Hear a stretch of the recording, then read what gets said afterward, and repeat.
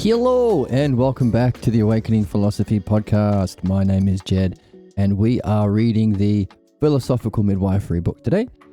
The time of the recording, we have been reading a lot of the Meno, and I think 60, 50, I can't actually remember what number we're on. But you can go back to the Meno on YouTube. All of these streams are posted on YouTube for people to follow along with at their own leisure. There's a link below. In the Meno, we're at the stage where Anitos has exit Anitos. And the question that we're going to be carrying with us for our Meno reading is,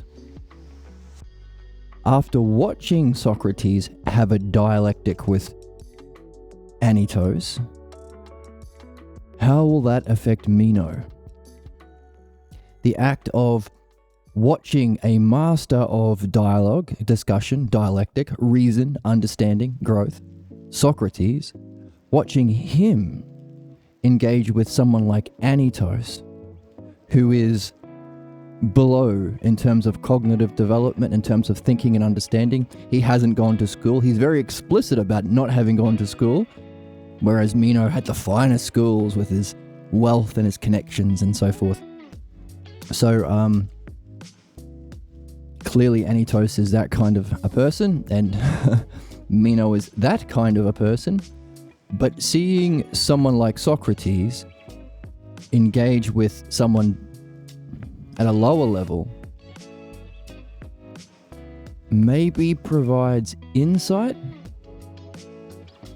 to somebody else, because everybody has their own level, which means they have their own difficulties and blocks they need to overcome to be receptive to reason and understanding, to be receptive to Socrates' dialectic and learning. So for our blocks, they don't feel like blocks, as we've been reading here in midwifery. So midwifery gives us insight into philosophy. So we don't know we have the blocks, and they feel legit. They feel obvious. They feel inevitable. They feel like, hey, it's just common sense, bro. That's how it feels. If it didn't, it wouldn't be a block. Because that's what it means. It blocks your seeing, blocks your development, or the word is logos. Blocks your ability to share in logos, which is sharing in intelligence, which is sharing in beauty, which is sharing in justice, which is sharing in caring and kindness and empathy. All of those things are to do with the level to which our selves, our soul, our consciousness, our mind, pick a word that you like, shares in logos, which is of course non-physical, but affects the physical world, because everything we do, we say, we act, our choice of goals, even every random thought, fantasy, daydream, and night dream reflects what we carry in our soul. In the Meno, Socrates makes that explicit. Everything about a human is dependent upon the soul. Therefore, our task to know the excellence or virtue of the soul is the primary of primary importance. Now, we can understand that as scope. When you are understanding anything, what you are doing is collecting the key terms. If there is a rational structure behind it, that means those key terms can be hierarchically arranged. So I just mentioned a hierarchical arrangement of development with Anitos below, Meno below Socrates. Obviously, there are more levels. That's why we want to understand and confirm our understanding in direct experience of the ultimate paradigm. So we could relate to ourselves and help ourselves, whatever state of mind we're in, whatever universe we're in, whatever reincarnation we find ourselves in. Equally so, if we want to be like Socrates, we can help anyone, anywhere in the world, with any belief or any block, if we can recognize the paradigm that hierarchical structure conforms to, or is caused by, we could say. Turning on the fan. I got a fan next to me. So, the understanding that we're doing involves looking at the key terms. What are the key terms?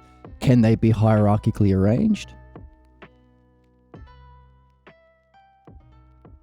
And the higher up the chain often has scope over everything else. In other words, it's causal, or it trickles down, or it has influence. So the captain of the team has more influence over the other players, that kind of thing. Or the cause of reality affects more things than Baby Phoenix. Baby Phoenix affects lots of things. Like me when I give it cuddles. There we go. Oh, big squeeze. But mind itself, or being, affects more things because it caused this. If this has to exist in some way, it is sharing in the principle of existence. If it has a wholeness, it's sharing in the principle of wholeness. These are non-physical principles that have more scope and power over more things than physical things that share in it. That's an example of scope, which is important in what we're reading here, because as we learn to understand, hierarchically arrange the key terms, which again, gives you a ladder of development if that hierarchy is for like cognitive functions, which is what we're interested in, or spiritual development if you want to make it sound fancy.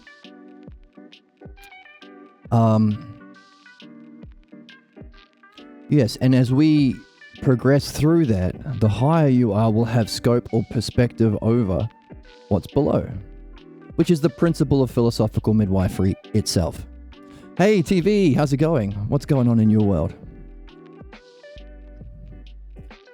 I'm going to keep talking and talk to you at the same time, so don't think that I'm ignoring you. And I realize that it's better to keep up. In the past, I've been making big speeches and then checking in with chat. I think it's probably better if I just respond as they come in and go back and forth. I'm going to try doing that. But how are you? What's going on? What's been triggering your curiosity recently? So the principle of philosophical midwifery is, as we move from beliefs to understanding, our understanding will give us hierarchy, will give us scope or perspective over what's below within the hierarchy of cognitive development. What does that mean? That means understanding is able to understand all of the different kinds of beliefs there are and recognize anyone at whatever level. And ideally, should you be that way inclined, help people through that developmental process, which is fascinatingly and symmetrically and beautifully and maybe even justly only possible because we have gone through it ourselves. We know what it's like. We know how hard it is to even begin this quest of mastering the art of philosophical midwifery. It's not advertised. Our parents never did it. Our uncles and aunties never did it. There's only a handful of people out there who are aware of it and are doing it. You can't make the big bucks.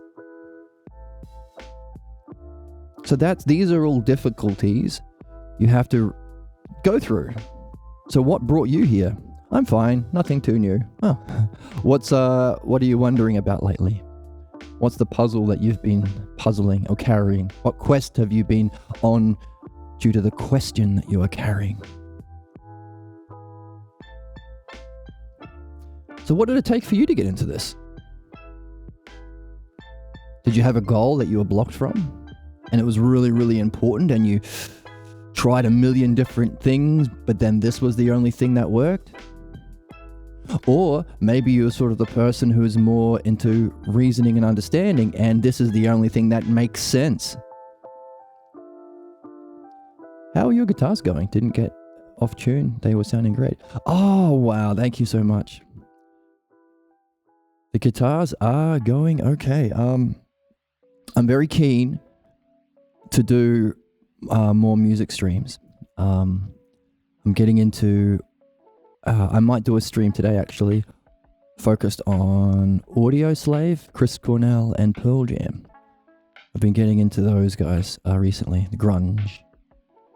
And I might be doing a stream on my... Yeah, cool.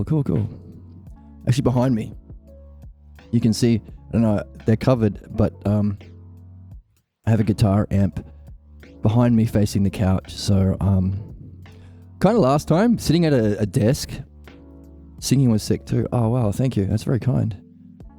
Sitting at the desk, playing guitar, sounded... felt kind of funny. Kind of like, I don't know. So I'm going to be trying it from the couch. Yeah. Oh, thanks. So yeah, make sure you find Jed Phoenix Music on Twitch and follow me, and yeah, we'll have fun playing music and learning new songs and discussing our ideas that the music pulls out of us. Oh, yeah, Blow Up the Outside World. That's a Chris Cornell song. Soundgarden, Blow Up the Outside World. Yeah. Blow Up the Outside World and Black Hole Sun are my favorite Soundgarden songs. But I'm really getting into Audio Slave at the moment. The same artist. I'm going to have to cut all this out. The same artist who is in Soundgarden is in Audio Slave, and also a band called Temple of the Dog with the lead singer of Pearl Jam, who is another band that's cool and grungy and from Seattle. So, right. So we're talking about the principle of hierarchy needed for understanding, which implies a model for us to be able to understand something. That's what we're learning to define, seeing the key terms, hierarchically arranging them, and so forth. Being able to use that understanding to benefit others. And the example that we have here in midwifery is understanding the different stages or levels and the hierarchical arrangement of them, of beliefs. Pathologos belief, prejudices beliefs, supernatural or absurd beliefs, simple beliefs, scientific beliefs, and axioms. That's a hierarchy that we can understand and also have experience. And I was asking the question, and in chat, what brought you into this? Was it like it could have been coincidence, or that's the wrong word in this game. It could have been providence or luck, that you came across this channel or Pierre Grimes' stuff, or you had a weird friend who said weird ideas. Listening today does seem pretty hard to perform, especially for my timbre, which is bass, I suppose. Interesting. Yes, I find the same thing with Chris Cornell. I find it very difficult to sing Black Hole Sun because his range is just out of my scope, but there are a couple of songs that are just that are perfect for me. Until I level up and evolve into Chris Cornell.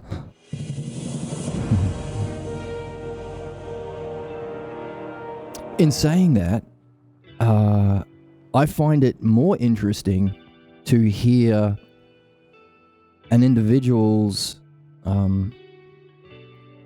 version of the ideal. Like if I don't like cover bands that try and look the same and act the same and every note's the same. That doesn't seem interesting to me because that doesn't seem authentic. The way I feel currently, and it could change tomorrow because it's just a hypothesis, is the banger songs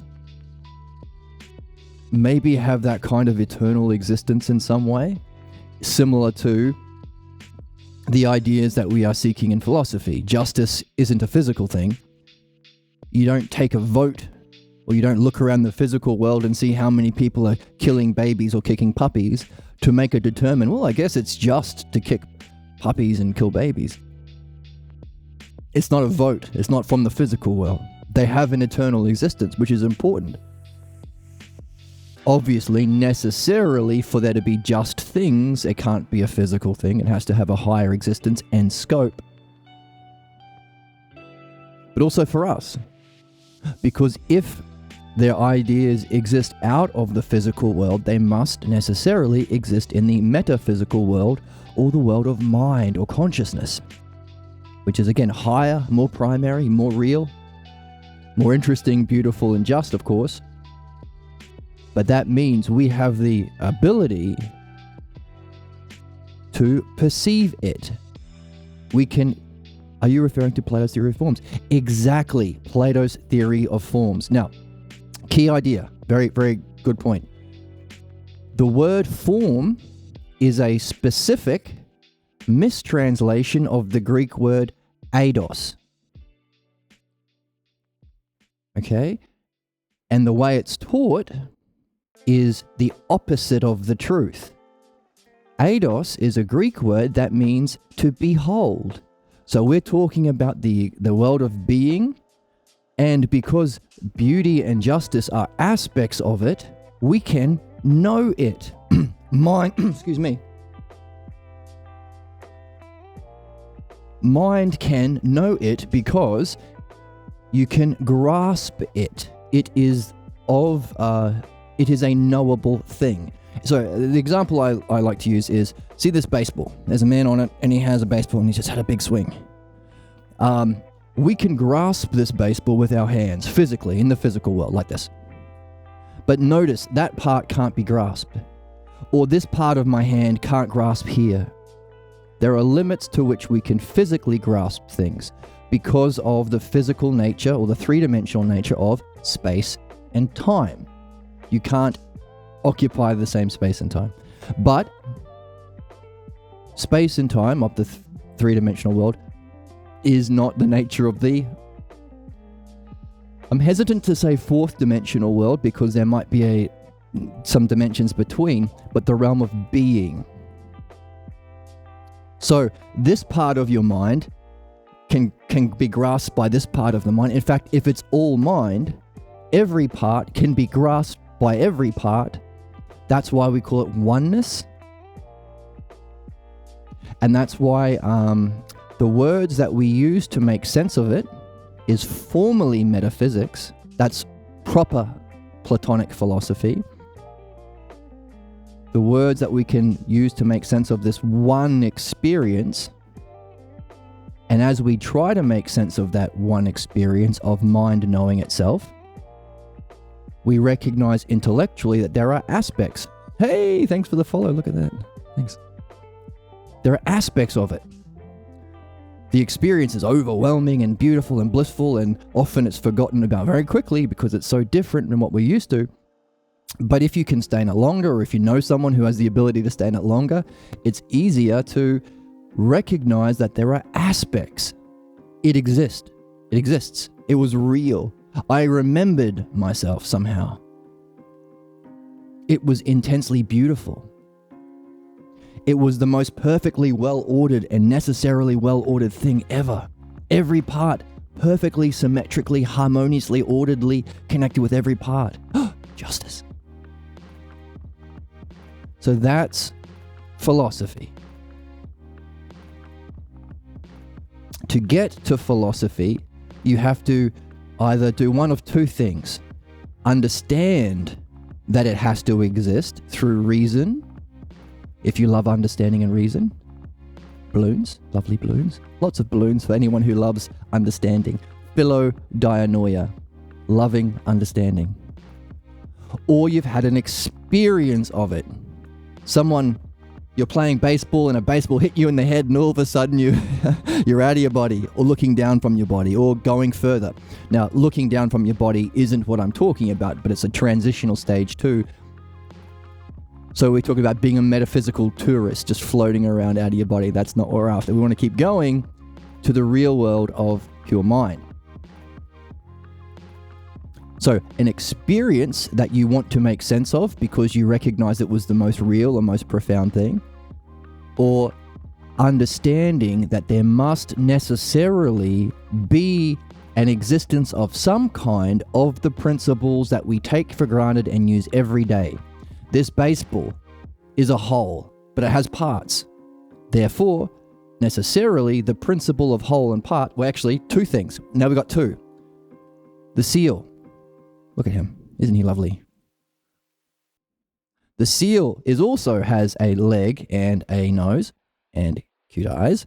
Those are parts. So whole and parts must be metaphysical principles that have a prior or more primary hierarchical existence that has influence and scope over the physical world. So that's one way of getting into the human quest. You're a wizard, Harry. Philosophy. Usually it's understanding or experience that can bring you in. Now, philosophy is both, of course. No use understanding that there is this thing called bliss or perfect beauty or knowledge and just listen to Socrates or Pierre Grimes talk about it. No, you want to go to the party yourself. The way of doing it is through the development of understanding, which is what we've been reading, and poses a question. If we can recognize that, so it has to be a trait to be juxtaposed. Okay, let me pause for a second to read this chat. So it has to be a trait to be juxtaposed geometrically, and then it can be titled as a form. Sorry, I've gone away from answering the question. Thank you for pulling me in, TV. So the idea was form. So the word eidos refers specifically to the aspects of being that is knowable and metaphysically primary and all that. Awesome, kick-ass fun. Have you read Brand? What? Where's the fun? Where's the joy? Where's the whimsy? Where's the childlike wonder, dude? It's fun. It kicks ass to be there. In fact, Plato calls it dwelling in the isles of the blessed. And then he goes on to say, but come back, please, because we need help. If you were helped to reach it yourself, come back a while. I think he says like 20 years or something, and participate in the everyday human activities that are going to bore you to hell now that you know what is more real, because there are other human beings who are here to learn as well. And then if you do that, we'll erect statues in your honor. That's in the Republic. Those are the hidden gem words. Oh, that's a good point. So eidos is one of the key words that will allow you to understand philosophy, and recognizing how it's been mistranslated since Socrates by the authorities that murdered Socrates for thinking for himself, formally, not agreeing with their stupid ass shit take about religion. Use a word form that refers to something more physical, like a shape or something like that. Usually it has a physical connotation. It's the language of the physical world being applied to the metaphysical world, which has a different language. In the physical world, we can say a form, or we can say this form has beauty as an adjective. But beauty itself is one of the eidos, or aspects of knowable being, that we know because we were there. So therefore our process of learning is a kind of remembering. So yes, looking for the key terms, and form is a great one. In fact, if any one word could summarize the bastardization and the great betrayal against our intellectual and spiritual tradition that all humans have a right to, it's that word form. It captures in a nutshell the physical materialist.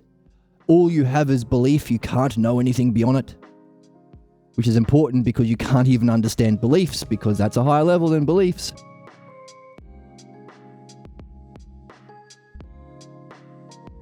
Therefore, let's formally teach the kids that at school that Socrates was stupid, Plato was a dummy, He thought there was a form of a chair in reality. At no point when you are making an intellectual distinction through your reflection of your own experience will you say of that profound experience, it had the shape of a chair. That is insane. That's insane. So you're on it. So let's keep going. So, understanding as hierarchically arranging the terms, or learning from someone like Pierre Grimes or Socrates, who has gone through that process, or us ultimately at the end of our journey, who have gone through that process themselves, recognize the difficulties, because this isn't a logical exercise. If it was a logical exercise, every human being would be enlightened, because we've had this book for a long time. We've had the midwifery book for, I don't know, more than 50 years. We've had Socrates since 300 BC. We've had the Greek. We've only had a actual translation of the Greek for about 10 years, thanks to Juan Balboa. If you want to read Plato, only read the Juan Balboa. At least first. It can be helpful to have the other translations because sometimes their English phrasing might be illuminating, or it might illuminate the difference between where we currently are and what Socrates is really saying, which is a danger because when we say philosophy, most people think of the opposite because that's how it's taught because of this problem. People think philosophy is just about beliefs and opinions because that's every single philosopher on YouTube or TV or at school, except for maybe one or two. Thankfully, we have books from them. So it's a real difficulty. Because who wants to engage in debates with idiots about their stupid beliefs? No one. Except to show that you are loyal to your family. So a Jewish person might do philosophy so he can get really good at arguing to support Zionism or something. I don't know. Or Jordan Peterson might read books so that he can use it to defend his Christian beliefs or his right-wing fascist beliefs or whatever. That's not philosophy. It's not about beliefs. Specifically. It specifically involves recognizing that it cannot be about beliefs, because the object of knowing that you can access through beliefs only apply to things you've experienced in your sense perception. If you want to know it for yourself and verify it, you need a different cognitive function. Just like you can't use a prejudice belief to become a doctor. You can't say, I want to get paid to do medicine right now. Oh, have you developed scientific beliefs through your study that are backed by reason and evidence? Not sufficient, because we're always learning and our models might change, but it's the best as what we got so far. And they turn around and say, no, I just have prejudice beliefs from my racist dad. Surely that's enough. Or some people, more common, I have supernatural beliefs. I know the Bible or the Quran or Joseph Smith's crazy ass book, and I learn my medicine from that. You'll get thrown in prison because that's crazy. We acknowledge that's crazy. So that's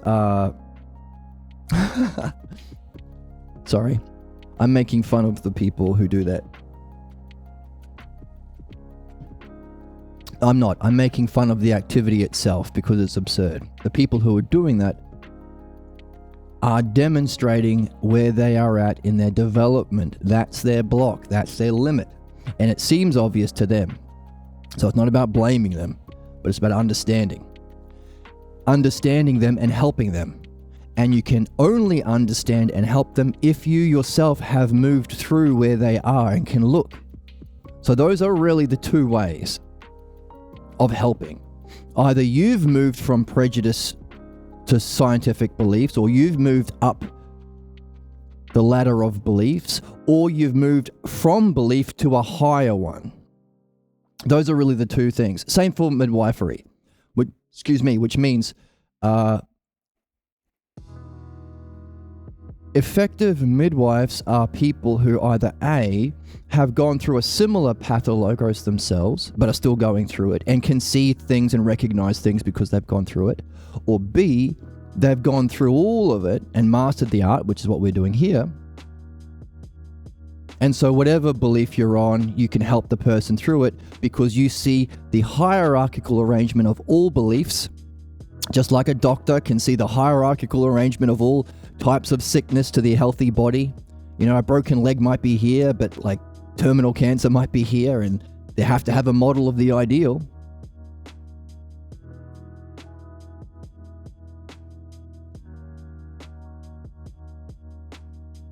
So that's what we've been doing in our midwifery, recognizing that there is a hierarchical arrangement of beliefs. We got to do the arranging ourselves. Thankfully, we have someone who's gone through it already, Pierre Grimes, and he's written the book. So we're getting a bit of a leg up. Because if you find those hidden gem words or key terms, and you arrange them hierarchically, according to an understandable order, or an intelligent order, or I think a hierarchical order summarizes what intelligible is, then you are developing your own understanding, and that's the whole point. And at the end of chapter 2, we reflected on the question, could that be why we are here to begin with? If Earth, or in this human form at least, is the only place where you can necessarily get a false belief about self and reality, your pathologos, you will get it. So that's why blame and punishment is stupid. Because by virtue of being a human, you're going to breathe, you're going to need to eat. So you can't blame someone for breathing or eating. That's abuse and stupid. Equally so, you can't blame someone or justify hurting them as punishment. Punishment's out the door anyway. You can't blame someone for having a problem, because that's what it means to be human. Which is the conditions that will give you, the necessary conditions for you to develop philosophical midwifery. Otherwise, why learn it?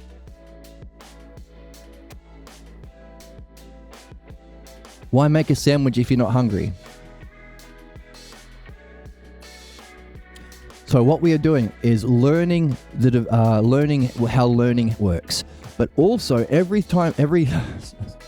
a breath. This is so cool. This is so cool. So I get so excited. Everything we learn about the truth or logos or learning, we can reflect into the pathologos to gain an insight. So in chat, Twitch TV was saying, there are hidden gem words we look for. Yes, that's what we do when we read the Meno, and here when we're learning about the difference in cognition. But also, when we are doing midwifery on our problem, we equally look for hidden gem words. Our, what would you call it? Family logos.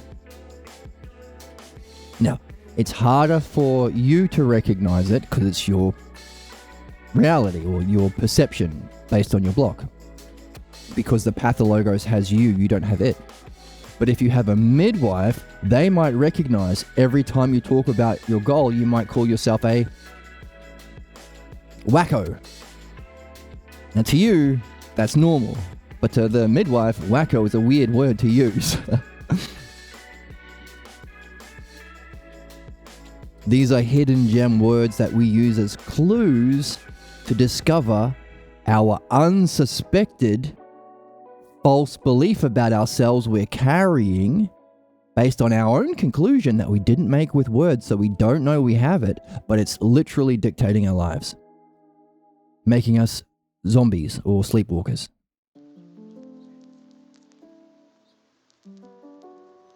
And every problem we have, every distraction we have, is more clues to solve that puzzle. Is mind or reality saying, or self saying, or daemon saying, hey, there's this part. Don't forget this part of your problem. You did well in seeing that wacko was something your dad said every time you did something for yourself, or every time you were contemplating and not doing something physical like he wanted, he might call you a wacko for reading or meditating or just pursuing your own goals. And you're able to recognize that aspect, but then tomorrow you go out and you do that thing. You pursue one of your goals and not his. Something non-physical instead of physical. Something that requires reflection, ousia, and understand conversation and reflection with your friends, and not silently, stoically farming if your dad was a farmer. As you do, you might not have that thought coming in and say, hey, this is wacko, you're a wacko for doing this, but you might say, you know what, you're not a wacko, but don't worry, it's not going to work. Just give up. You're not the sort of person who can be... Socrates could be like this, but not you. You are a simpleton.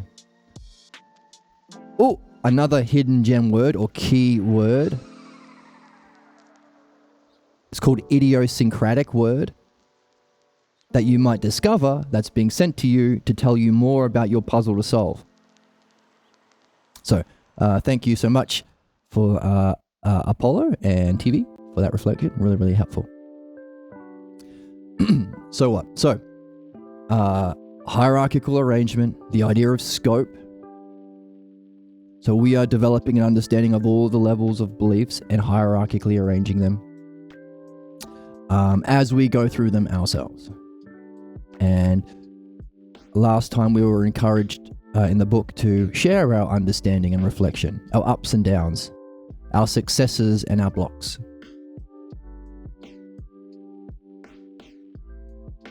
And hopefully, we'll have a fantastic, robust community of like-minded souls who are interested in seeing the world as a giant puzzle to solve in a fun, friendly, interesting, reflective way, and not the current model that's been sold to us by ignorant people, that the world is full of problems that are excuses to blame people, attack people, and then justify violence under the false word punishment, which is really an excuse to abuse people according to your pathologos model, and then take their shit. Take their land, take their money, make them slaves. So we want to be the first group. Problems are not that. For excuses for acting out your pathologos ignorance by blaming others or projecting onto others this intimidation, you're wrong because you're evil, and that's the cause of your problems, and therefore I get to punish you like my dad did to me. We're moving from that to recognizing what we read at the start of chapter 2. It is entirely possible to verify for yourself that we are part of a intelligible and caring universe. The scope, again, our keyword, scope of that intelligible care is all pervasive, meaning it's right up the hierarchy of whatever this thing is that we call reality. It's all pervasive. Every single person, every single living thing is being guided in that kind of a way. And yet, its precision is precisely directed to you, knows all about you and what you need and where you need to go. So while its scope is pervasive, its precision is most... Actually, let's see the quote, seeing as I'm quoting.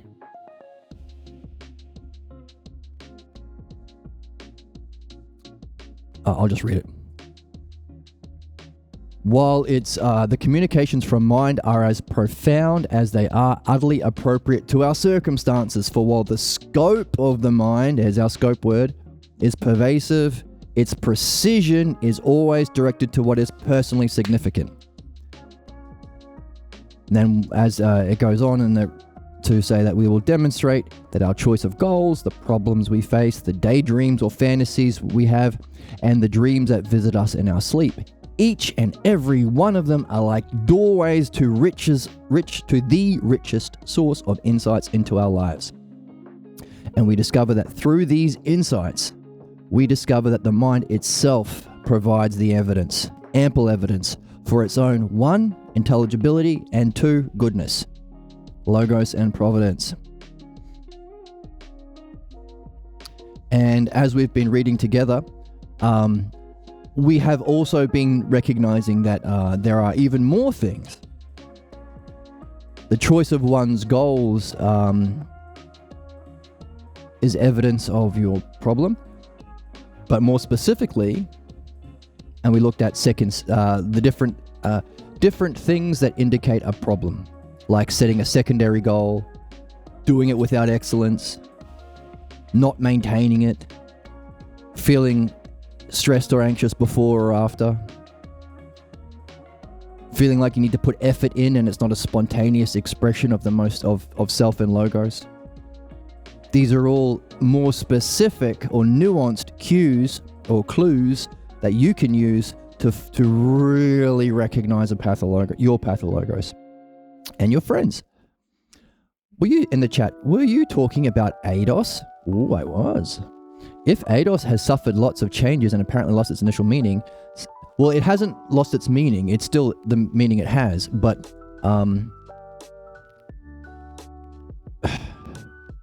if you recognize that a person's pathologos has to block the logos, and ADOS is one of the highest logos, a necessary word you need to even begin, really, metaphysics. If you don't know the word ADOS, what are you doing? Modern philosophy. Debating dumb beliefs while nothing is concluded and nothing is changed, and human civilization stays stagnant in its ignorance until it kills itself. So it's a big one, meaning every translator who hasn't reached that level will interpret, which means adding what's not there or leaving out what is there. So it's there. We just haven't had translators who have been doing midwifery and have been approaching philosophy, the mastery of the logos, with the level of integrity we have today through Juan Balboa and Pierre Grimes. Just haven't. But now we do. So the word's still there, and it's very important. It's just important to go to your teacher and say, hey, by the way, this Greek word, fix it. Did you know that? And then say this to them. And the teacher will say, know your place. You are not at the hierarchy. Only I, with my degrees, giving the right opinions to the right people, made make that declaration. You are a mere student. And then we say again, no, that's crap. Here's the truth. Anyway. But the important thing is, it doesn't matter. Yeah, we had a look in the first chapter. Jung, L. Ron Hubbard, Alan Watts, Alistair Campbell. So, Jung, famous psychologist. Alan Watts, famous Eastern spiritual teacher. Albert Ellis, famous psychotherapist, cognitive behavioral therapy. Joseph Campbell, The Hero's Journey, responsible for, if you're going to do screenwriting, you're going to read his book about the hero's journey, the archetype of the human journey. There are others. All of these key figures, that's why we call Pierre Grimes the Luffy of philosophy, or Luffy of humanity, because he met all the key figures just as Luffy does on One Piece, or Forrest Gump does in his movie.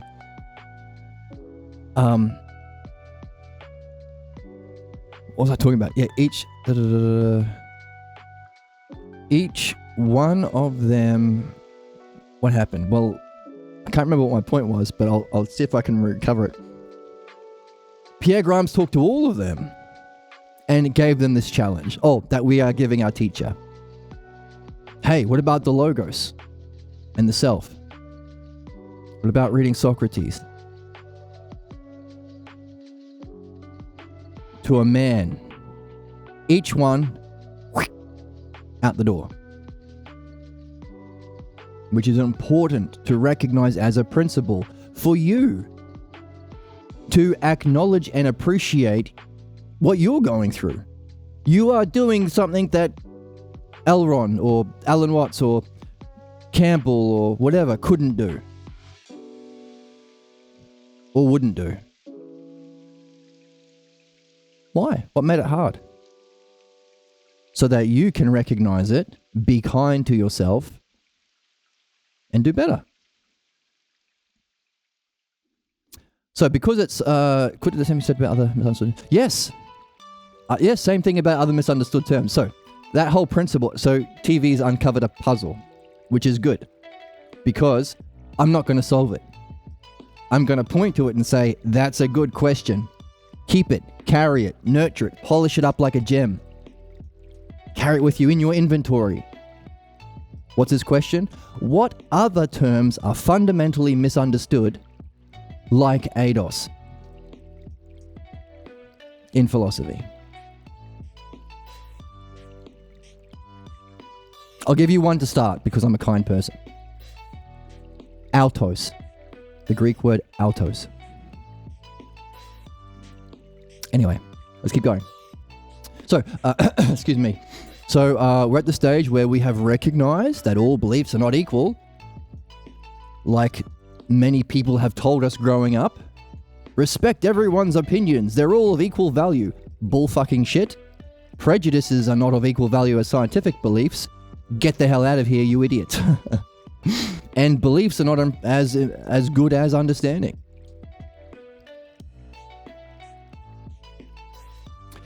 So, what? This is important because what we are doing in midwifery is providing the necessary conditions for learning understanding. If you are not doing midwifery, you won't get there. Why? Because the pathologos blocks understanding.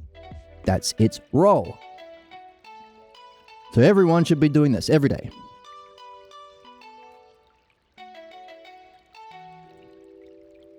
Send emails to everyone, let them know. Also, what we've been reading is allowing us to understand that process. What is understanding? What's involved? What's the human part of? What are the human parts of it? As we said, we've had it for a while, we'd all be enlightened. We're not robots. Something about our soul has to go through the experience of that process and allowing us to empathize, well, not just empathize, but sympathize really, have a similar experience to people who are going through it as well as we help them. It sucks to be a pathologos. But we encourage people to keep going anyway because they will get through it if they stay in the game. You're a wizard, Harry.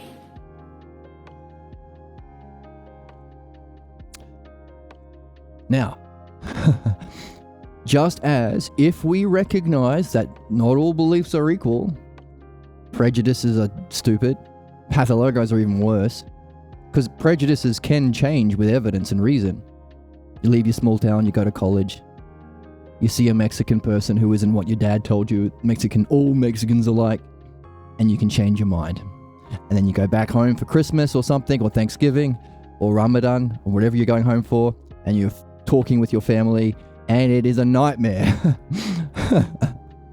Because they didn't leave their town, or they haven't gone. Anyway, prejudice is worse.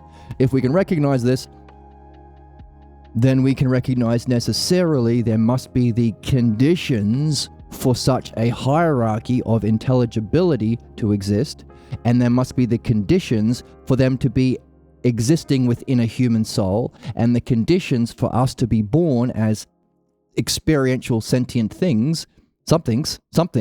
I'm not saying things. We're not things, but we are something. Or I'm tentative to use the word something as well because it's got thing in there. There is something. I'll just use it. Yeah. The conditions for the hierarchy to exist and the conditions for you to be a living creature, like you have to exist, you have to have mind, you have to be in space and time.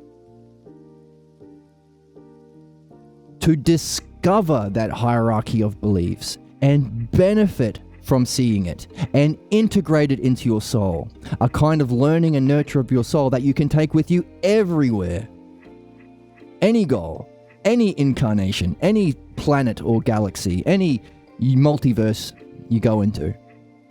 And therefore, well, we can make some conclusions about it being our job or our role or purpose here as people. But equally so, for us to be able to be right back, coffee. All right, well, I'm just going to, we won't, I promise we won't say anything profound for 5 minutes until TV comes back to the jet.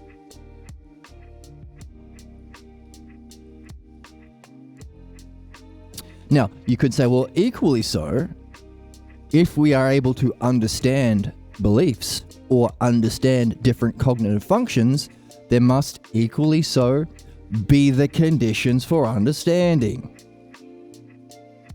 Principles that have an eternal existence necessarily so that we can participate in understanding. That's the movement from midwifery to philosophy. That's formally metaphysics. What are those conditions and principles? How do we know them? What are they? And then Socrates says in the Phaedo, oh, and by the way, that ain't the end, my friend.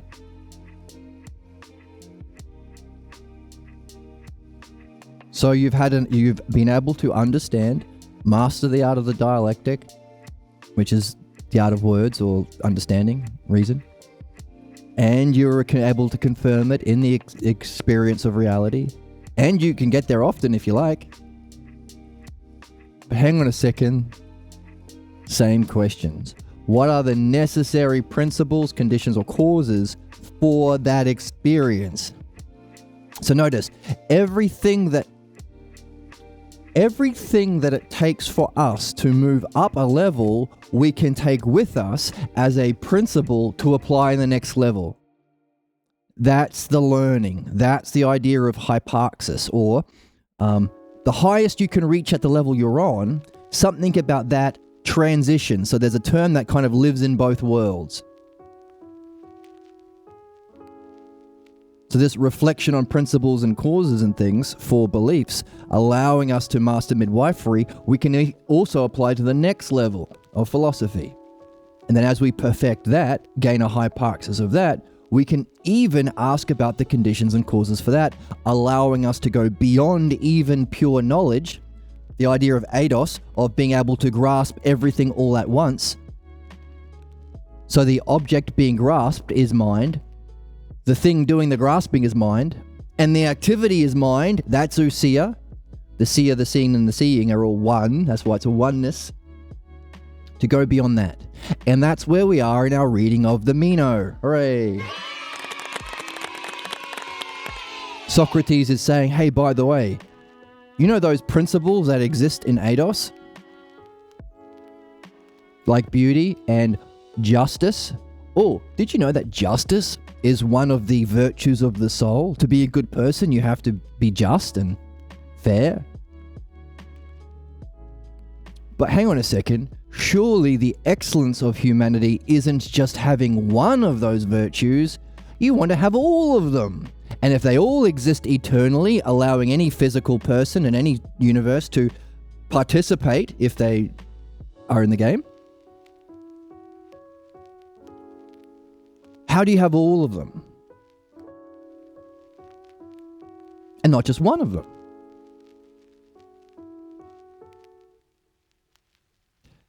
Well, how do you have all of the beliefs and not just a personal belief? Midwifery. Why? Because you've moved out of the realm of belief to another level of development or level of cognition or level of reality that has scope over or can see the whole of what's below. Allowing someone who has the understanding and the art of midwifery to understand all kinds of beliefs, all of them, anyone. Talk to anyone, anywhere, whatever level they're on. It's like a doctor.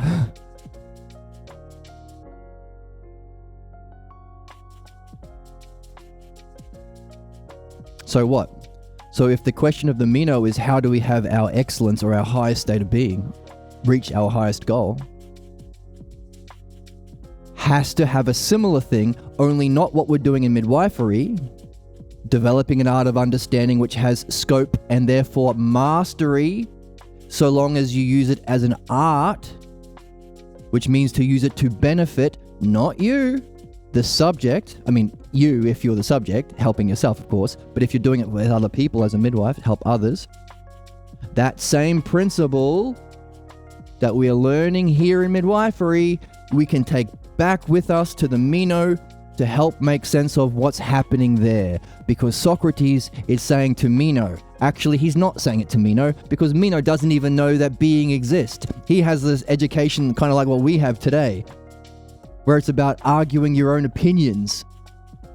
And your opinions are fucked. Like Meno's opinions.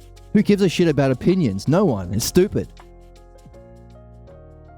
But I love them. Who cares? You love something bad. Do better. Well, I can debate my dumb opinions like Peterson or Ben Shapiro. Fuck you. That's stupid. You're stupid. That's Meno. Now again, it's almost certainly certain that Peterson and Ben Shapiro are not going to get in this game. They're not going to hear about this, so I'm using them as examples. But if they were, I'm not making fun of you for being stupid. I'm pointing to your functioning and inviting you to do better. So what? So equally so, not Meno, because again, his education, as Socrates says in Meno, didn't involve the dialectic, so he doesn't know how to understand. He doesn't know how to define anything, because definition is one of the aspects of the dialectic, which is understanding, which is not taught at school, even 2,000 years ago. He can't explain it. All he can do is do debate bro bullshit tactics, like threaten Socrates. Both Anytos, and Meno have threatened Socrates. One of them actually ends up killing the dude. One of the people who sentenced him to death.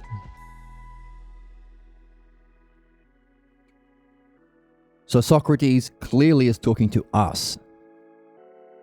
And he is saying to us, hey, if all of the aspects of virtue like justice and keeping your cool, temperance if you want to be fancy, courage, wisdom, beauty itself, goodness itself, knowingness, if they are all aspects or eidos, not forms, fuck off with that form shit. not you. I'm as a principle. I'm saying fuck off idea of forms. Of course, I would never say that to a person. I thought that's what it was when I learned it at college. These things you want to have all of for excellence. Otherwise, if you had just courage and wisdom but no temperance and no justice, I would say, well, that's all right, but you can include, you're not at the ideal of humanity or the virtue of a human, the excellence and ideal, yet because I could just add this in.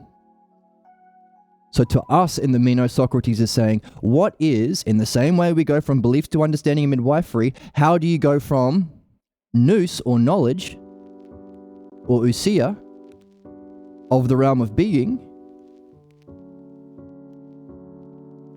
where all of the things can be exist eternally forever and are knowable, how do you move from that to a higher level of development which has scope over both nous or pure being and understanding and the physical world and beliefs? Understanding has scope over beliefs. What has scope over nous or knowledge or eidos? Because we want all the virtues. But also, we want to be able to function through it with a mastery. We want to act in the world. Not just in the world, everywhere. We want to be a soul that can journey with Socrates wherever he is, provided we escape the cycle of reincarnation because we've completed our work here. As Socrates points out in the Phaedo. I've done my work here. I'm going to a place with better men and gods than you find here. If you're a true philosopher, says Socrates in the Phaedo, follow me as quick as you can, because we've got a real journey to go on. So, again, you can't even play the game unless you're doing midwifery. Why? Because as you answer that question about what's beyond nous, your blocks will come up. Any level of development towards your ideal will surface at some level your pathologos, which is why you have to be doing midwifery at the same time to remove what's false or purification while developing your perfection or your excellence. So for example, if you're an athlete, you need a coach on the team, but you also need a doctor on the team. Doctor to go from sickness to health, heal your injuries, strap up your twisted ankle, but a coach to tell you, hey, now that you can move, let's do excellence. Let's win the championship. Same thing. Midwifery, philosophy. Purification, perfection. In the chat, so it's as if you kind of have to deserve it by mastering some good thing, and only then you can pass on to the next level. Yes, but I wouldn't use the word deserve. But yeah, you're right. As an idea. Yeah. Yeah. Deserve is a loaded word, but yeah, you have to meet the conditions. Yeah. Grow, learn. He calls it nurture. Nurture. The nurture and the learning that you do. What you're doing because you're here and we're talking about it. So good for you. Okay, so back to the book. This is important because that's where we are. We are seeing that we can understand all of the beliefs. We can understand the hierarchically arranged, so we don't have to pick favorites. Do you like the Jews or do you like the Hamas? Wait, yeah. Do you like the Protestants or do you like the Catholics? What team are you? You better pick the right one because I'm going to fight you. No. All of them are equally dumb. All of them are equally a level of cognitive development that all humans have to pass through. So it's not dumb. You never punish someone for being born Jewish. Every belief is inherited through the family. And you don't even know you have it. That's why we have to do midwifery. But they are all the same in that they're all not what we want. We want understanding and mastery. Because what good is understanding unless you can use it? What good is what you can use unless you can use it to benefit? Therefore, mastery. And we put that all together and we call it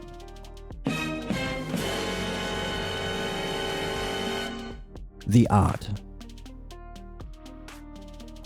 And notice the word the. There are some languages that don't have the word the, and they can never do this, because the implies the paradigm, the model. It's not a belief, a opinion, it's the truth. Which is why this book is if you can read it on the top of the screen, the new paradigm for understanding human problems. I think it was published as a new paradigm back in the 80s or whenever it was published, 70s. But the real word is the. That's where we are. Now, let's jump into the reading. Alright, I just paused the recording to top up my coffee, and we got a question in chat. That, by the way, the fact you're an extraordinary, talented midwife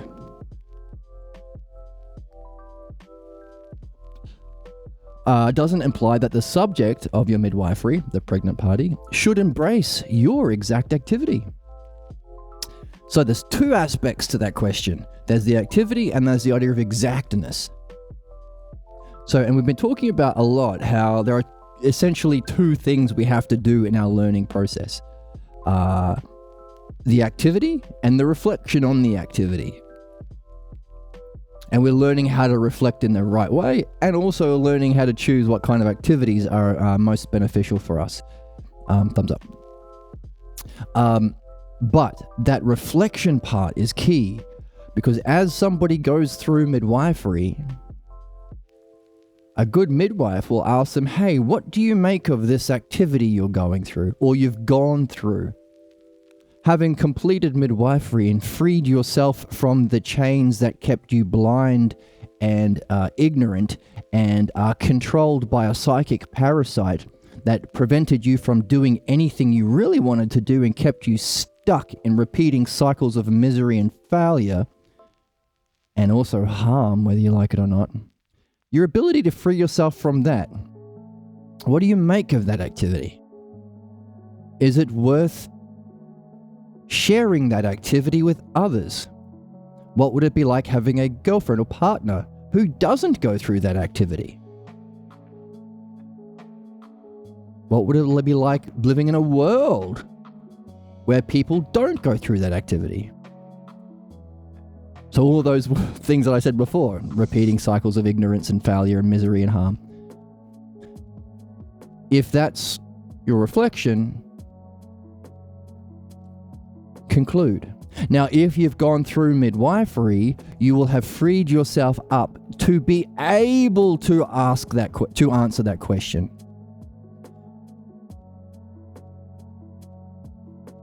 If the highest art a human can learn, and what we're here to learn, is philosophical midwifery, if it is the paradigm for understanding problems, if it is the paradigm for learning and education, if it is the paradigm for spiritual growth or cognitive development, then it will trigger your pathologos. It will. Because it's the highest. Or up there with the highest group of things. So what? So only when that person has reached a certain level of participation in the activity, they've done it a while, they've seen how it works, they're able to compare what they were like before and after, can they actually face this question? But also, not just face the question, conclude. Ever notice how modern philosophers or debate bros never conclude? I saw a thing recently of Jordan Peterson debating 20 atheists or something, and the atheists were destroying him because Jordan Peterson's a bit cooked. But he never changed his mind. In fact, nobody did. All 21 people there walked away with the same beliefs they came walking in. Why? Because they didn't know how, or they were blocked from, concluding.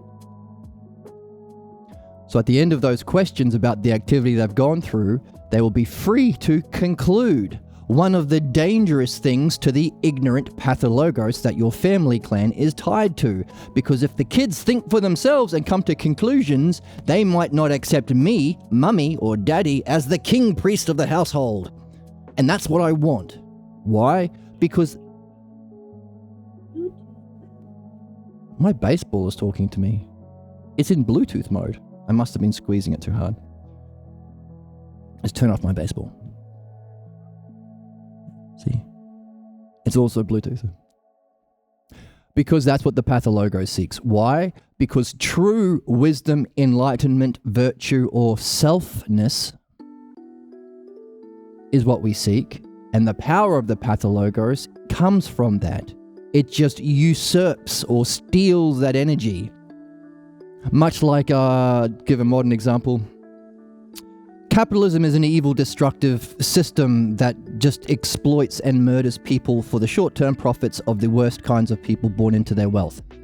It is a sick system that is absurd and needs to change right now. But part of the sickness is everyone feels that. Everyone feels that. Every single human being, even the rich assholes lying to... Shouldn't say that. The rich jerks lying to themselves to justify their abuse and inequality. Okay? Now, what our soul would want to do is, as we seek justice, which is in being, as our soul does, we'll need to remedy this injustice we feel. So they will say, hey, you know that injustice you feel? And all the human beings on planet Earth go, yes, yes, yes. That's not because of capitalism. That's because of women, maybe? Immigrants, yeah. The poors, not us. So it's a usurping of that frustration to misdirect it, dissolve it.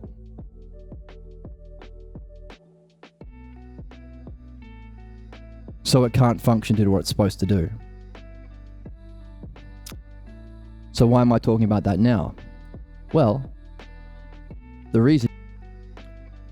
So therefore, if the pathologos has us, you don't have it, then it seeks to usurp your soul's true energy and not direct it to true mastership or guruship or knowledge or care or art or benefit, but to the image and appearance that your parents were playing when you were too young to be able to have the logos to distinguish false from true. And you were too young to realize that the people who you were supposed to love and care for you are wrong. And you were too young to realize that appearance of beauty doesn't come along with truth in the physical world as it does in this, because it's beauty and truth and just all of it. All of the aspects all together. That's why it's knowledge and bliss and wisdom. So what? So if you conclude because you've thought for yourself, you will blow up the spot. You'll blow up your parents' game and their generations of ignorance that they're loyal to. So one of the things a pathologo serves to do is block you from concluding. So what? So the question is, having gone through it and freed yourself, allowing you the ability to make conclusions, which is needed for change, and then you can build on your conclusions, so it's needed for growth. No conclusions, no growth. No talking, no growth. No talking about meaningful things, no growth. No doing midwifery, no growth, but no conclusions, no growth. Then, that question, after the activity, the reflection after the activity of midwifery, conclude.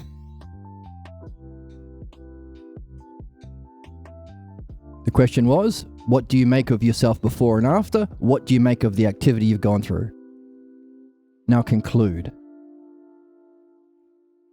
They won't be able to until they're at that level.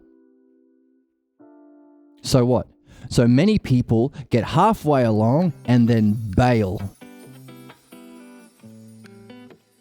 And so never will come to that conclusion about the purpose of their existence, the meaning of life, what we're here for, and the significance of philosophical midwifery for every single person alive and who has evolved to the level of language, logos, and self-reflection, ousia. So, does it imply that they will embrace midwifery? Maybe. What if they don't? What does that say? Now, the other word is exact. So what you might mean is your style of doing midwifery. And I think you're right there. Yeah, people have their own different styles and everyone can play. Just a little personal story. When I first went to America to study with Pierre myself, I'd been doing midwifery for a while and I had my own style. I'm pretty much learning it on my own over here in Australia because, again, it's rare. We talked about Jung and Alan Watts and Albert Ellis and Joseph Campbell and all these people who otherwise geniuses or greats in the fields running away at the first prospect of this. So it's rare. Anyway, so I go over there and I was able to do midwifery and dream analysis and stuff, which was a shock to some of them over there. But also what was interesting is they were usually familiar with Pierre Grimes' style. And so some of the people were confused and sometimes angry that I had my own style that was successful. So yeah, so maybe the exact way will be different for each person. I'll keep reading. Not everyone is as eloquent and smart. Oh my goodness, the glazing. Thank you, by the way. But these are some baby unicorn stuffies. Read that. Read how TV thinks I'm eloquent and smart. The unicorn stuffies are very judgmental, so I have to show them compliments when I get them. Let me just delete this spam. It's as if you were pregnant, came to give birth at the hospital, and after giving birth, the midwife tells you, now you are my colleague. Let's do the midwife thing together. Yeah, it's kind of right, yeah. Pretty good. Kind of requires a bit of clarification on that. Yeah. Oh, so here, this is an important thing because the principle here, I think, is a good one. So some people will say, hey, don't you tell me about how to raise my kids. I want to pathologos the shit out of them and kill them if they don't listen, which is the nature of the pathologos, or threaten them or exile or bully, all that sort of shit. I want to do that. It was done to me, and my whole life I've suffered my own kakadaemon, my internal voice reflecting the pathologos, crushing me over and over again, tying me to fate, causing me to suffer, preventing me from learning. I want to escape that by doing it to someone else. That's not an escape. That's sadism. Temporary alleviation from your suffering by kicking the shit out of somebody else. It's fucked. Who are you to tell me? Have you ever raised kids?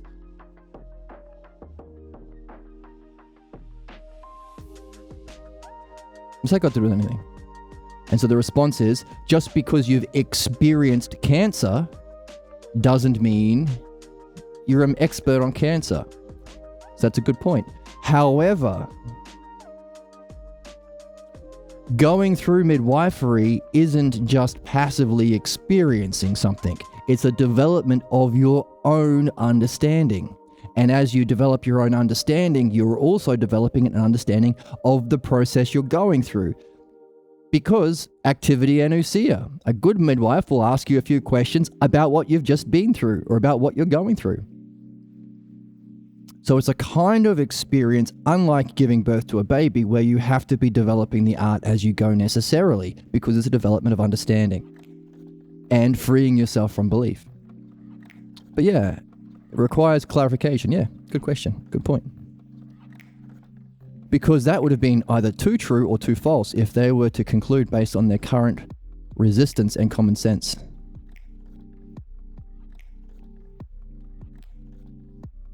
Can you say more about that? I didn't quite understand. That would have been too true or too false if they were able to conclude based on their own current resilience and common sense. You say more? All right, some fantastic questions in chat. So now as we continue this dialogue, we will also continue our reading. We've done a lot of reflection on belief versus understanding and how that helps us illuminate the transition from philosophy or experience of reality, nous, to what's beyond philosophy, philophronesis. Philosophia or philosophy is not the end. Philophronesis is what Socrates is talking about in the Phaedo, and is the essence of the question being asked currently in the Meno. So how do we go from beliefs to understanding in midwifery, and how does that reflect the movement from enlightenment or nous or knowing yourself to the self that is the knower and is therefore beyond knowledge? And if we take all of those different movements and we put them together into a ladder of cognitive functions, then we are understanding the nature of our quest and our reality. That putting together of all of those cognitive things, that's the divided line. In Plato's Republic, at the end of Book 6, he outlines these cognitive functions and their objects and their hierarchical arrangement, and gives you a metaphor of a divided line cut into sections. I'll draw it on the board. The chat. Oh, hang on a second. I'll read the chat and then I'll draw the divided line on the board.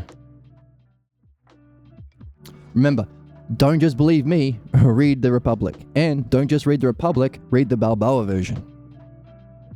And don't just read and master the Balboa version of the Republic, join our community and share your insights and your skill of the dialectic with all of us.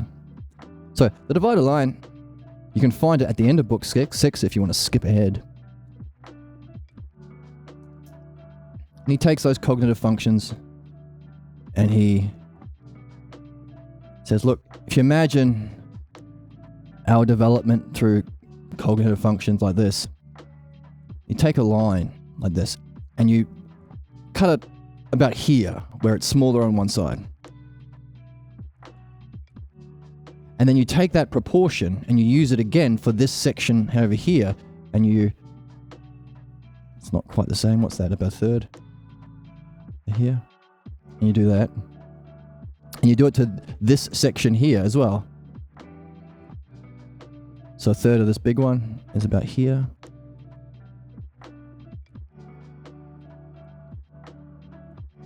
And then on this line, notice something? What do you notice about these two ones? A, B, C, and D. What do you make about B and C, by the way? Anyway, A, B, C, and D. This is the model that Socrates uses to explain what we've been talking about today. So check that out, if you like. In the chat, about those atheists.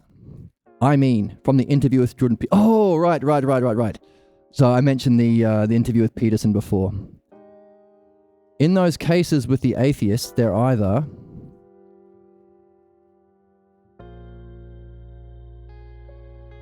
right. So, all right. Okay, I get what you're saying. So in those debates which go nowhere and no one concludes, and they're all just parroting or vomiting up this dumb opinions that they came in with. Again, they don't think they're dumb opinions. They love their opinions, but they're dumb. And Socrates says, don't be precious about them. You're to give birth to your ignorance and your beliefs and opinions so you can make the space for your true births. What you're really here to give birth to.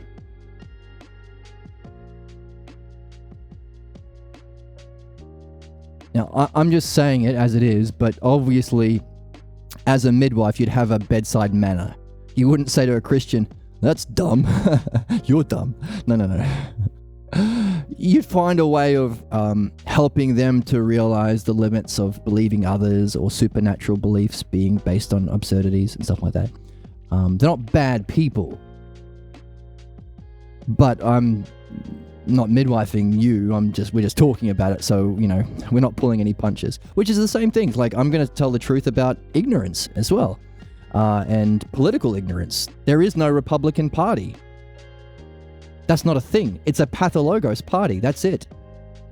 To be a real party, you'd have to have some principles and some logos, internal logos with some coherence. It needs to be pointing towards a goal. It should point to a goal beyond its own internal system, because all internal systems are incomplete necessarily, because they all serve to raise you to the hyparxis, which has a 1 foot in this world where you learnt from and 1 foot in the next world. So you take what you learn from your political movement and you upgrade it to a next level. They don't do that. They say we're in Team Republican and we wear red and we wear red hats and we hate the whoever, and it's corruption, it's stagnation, it's pathologos. There is no Republican Party. They don't do any of the things that would qualify for that. It's simply the pathologos party. Now, I know that there are Republicans who get into philosophy, just as there are Jews and Christians and Catholics and all sorts.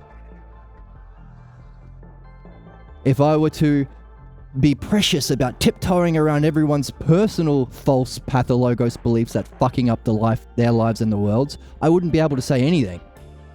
So what I say in this channel is, everyone's welcome. It's the human quest. But just know, I'm not going to baby you. I'm not going to baby. I'll try and be friendly and warm and stuff, but I'm not going to baby. I'm not going to lie to be precious to your ignorance. Fuck your ignorance. Fuck it right out of your soul so you can find your highest goals. So yeah, and just as there's no Republican Party, we can ask the question, well, hang on, if the Republican Party is actually just the logos, the pathologos, how come the other team didn't do anything to fix it? How come the Nazis are back? Didn't we defeat the Nazis? How come they didn't defeat the Nazis? How come we haven't addressed the pathologos behind Nazism and fascism and capitalism? We don't have the real political party, which would have to be able to address this, first of all, and to be able to do what these people are not doing. Therefore, the one true political party would be what? What has the ability to address the pathologos and therefore heal humanity, address human problems? There's only one thing. Into the chat. Ha ha ha. Yes. Oh, hello. Welcome, Sus. Non-violent forms of communication is great. Yes, I'm a big fan of NVC myself, which is actually why I was hesitant to use the word deserve. Marshall Rosenberg, who created non-violent communication, thinks that deserve is the most dangerous word in the English language, because people in their pathologos have to justify to whoever their infliction of this injustice on other people, because that's their model of excellence. That's what they think makes them God King. That's why most people have kids. Don't tell everyone that, but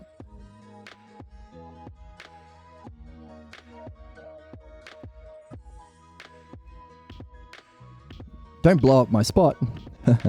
So they'll say, oh, so there's the steps that involve. So we call it intimidation in midwifery.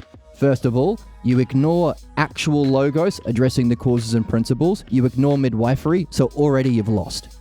You're already being stupid. Now, if you're not addressing human problems with philosophical midwifery, then what are you doing? Or, if it's not a pathologos problem, reflecting on the cause of the problems and addressing it with the similar principles. Reflection, understanding, dialogue, interest in the good, excellence. So what they'll do is say, here's a problem. Number one. Number B, the cause is actually you, which is stupid. That's called intimidation. Your boss will say it at your workplace because that's the game. And that's the game that they're stuck in. And they don't know because they're stuck in this ignorance. So the problem is you. The problem is actually your innate badness. You are a naughty kid. You're a disruptive child. You are a heathen. You are a goyim because you're not Jewish. You are a heathen because you're not Catholic. You are a infidel if you're not Muslim. You are a vermin if you're Jewish, if you are an intellectual or a socialist or a communist or a Jew or a disabled person or a homosexual person in Nazi Germany. You're a vermin. What are the Zionists calling the Palestinians as they murder thousands of babies? As, was it like 16 or 60? I can't remember. Thousands and thousands and thousands of human babies are about to starve to death right now as the sick pathologos-ridden party, the party of the pathologos, and all of the politicians around them are doing nothing. They're calling them animals. Animals. They're not children. They're animals. Animals. Which is crazy because animals are fantastic. And can actually talk with those buttons now, which is cool. Animals. Vermin. Oh, it's usually institutionalized. So, again, our leaders are all ridden by the pathologos. Why? Because there's no midwifery. Why? Because Socrates was killed. Why? Because of pathologos. Anyway, vermin.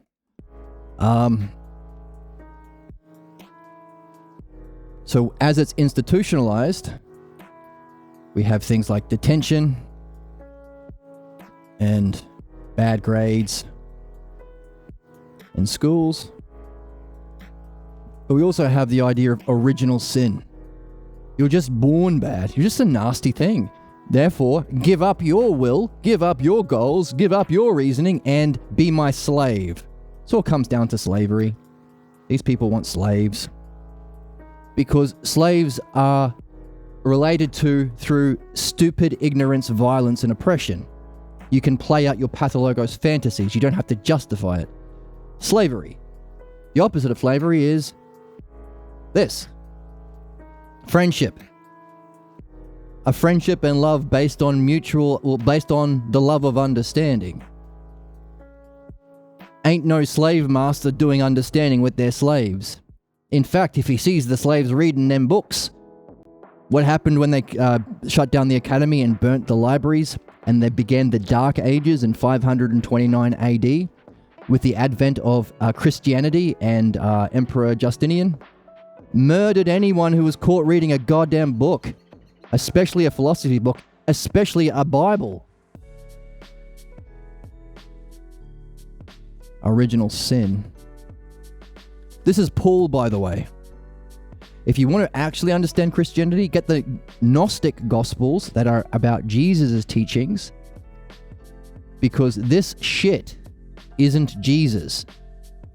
It's Paul, who was fucked in the head. He was a murderer of Christians.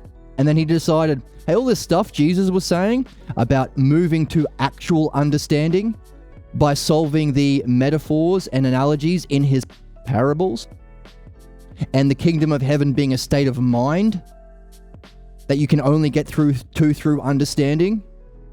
Paul said, fuck that. Understanding is evil, and you're evil for thinking that you should understand. In fact, what Jesus really said is follow me and believe me. Have faith. Belief.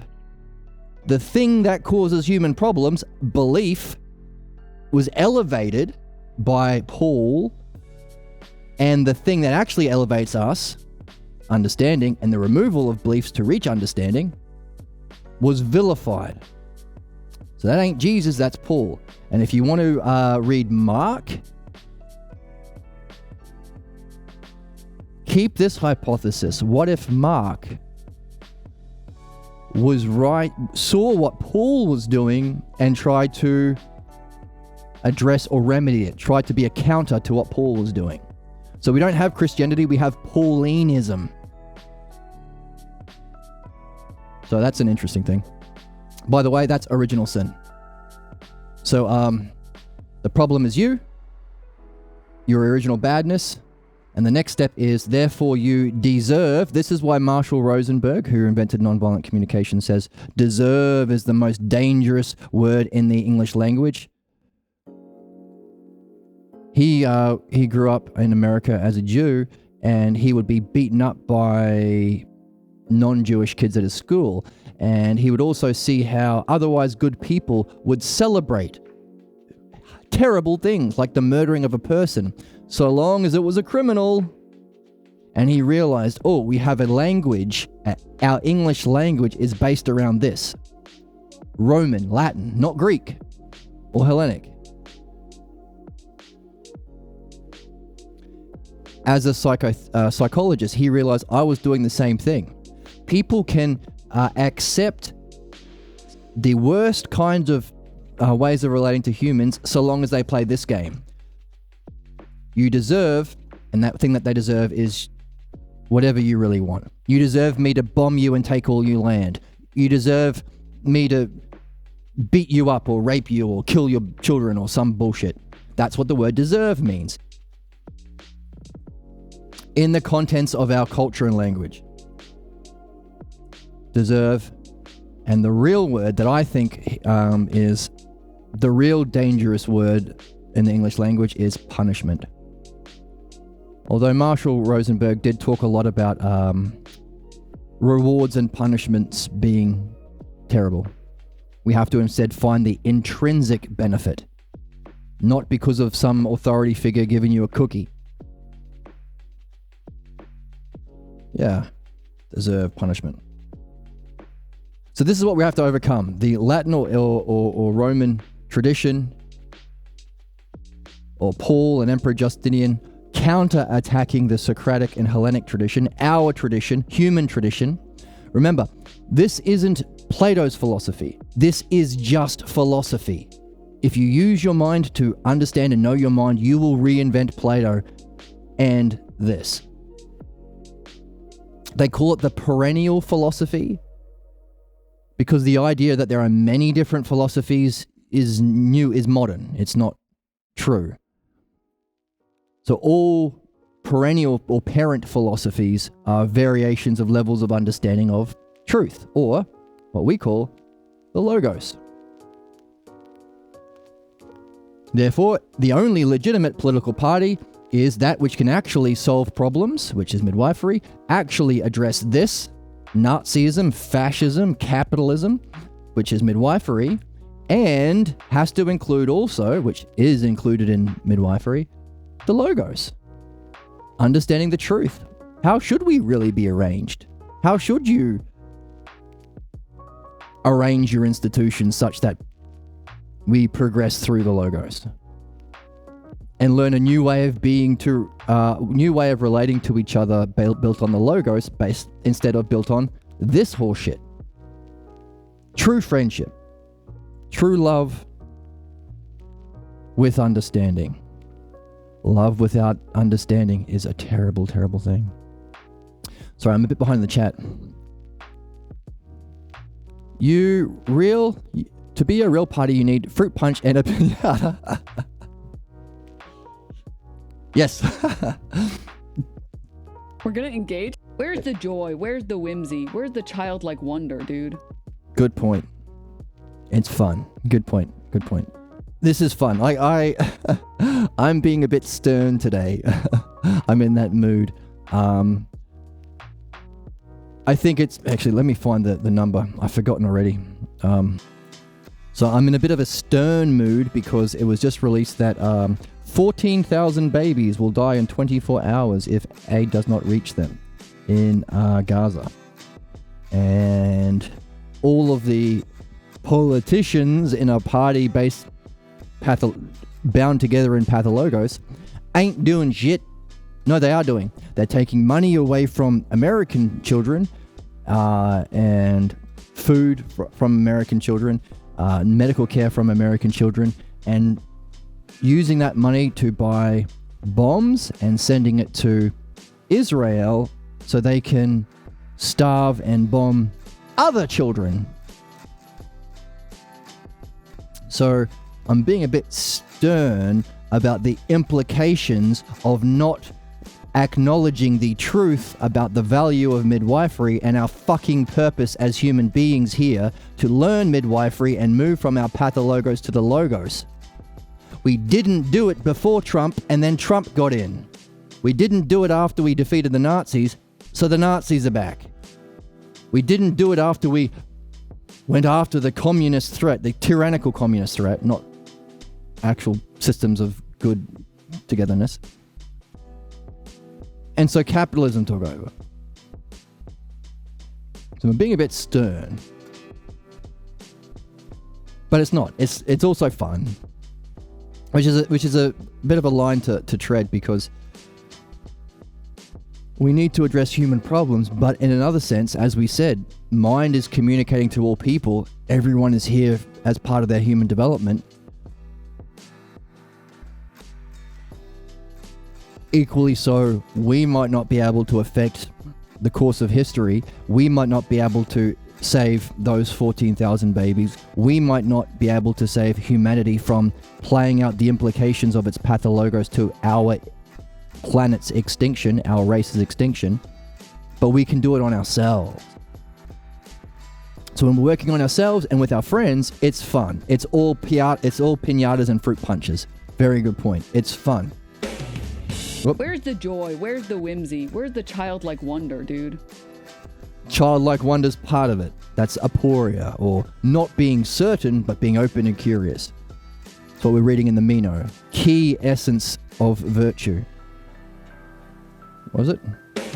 Where's the joy? Where's the whimsy? It's supposed to be joyous and whimsical. But sometimes it can be worth being stern about the significance of it the stakes which might be needed to cross the threshold. Hey, would Luke Skywalker had left the safety of his moisture farm and accepted the real quest? Now again, all mythological or story quests are nothing other than various metaphorical or analogical or mythological interpretations and representations of this movement from pathologos to logos. All of them, if we don't play it, what happens? Therefore, being stern about the implications of this might motivate somebody to cross that threshold. Because at least at this point of history, you're going to be crossing it alone. Luke's going to be going onto the Millennium Falcon or whatever alone. Not the Millennium Falcon, comes later. Harry Potter leaves his house not with the safety of his stepfamily to go to Hogwarts, but he goes alone. Yes, he meets friends along the way and they become true adventurers and they go through all the leveling up and stuff. But it can be hard to start alone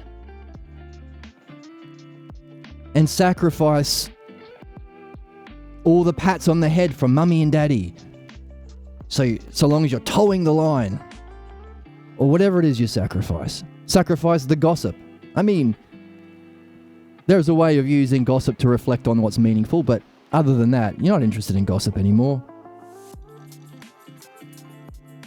So being stern about the stakes can motivate us to be brave. Be brave. You're here for a certain amount of time. Go as far as you can. You're going to die. If this is the first time hearing about this, I apologize for sharing that news so abruptly, but you're gonna die. Hey, let's ask T-Rex here. He knows what it's like. His whole family died. Therefore, whatever precious time you have on the planet, do your job. Do you discover the joy, wisdom, openness, whimsy, wonder, childlike wonder of your natural state of self, along with understanding.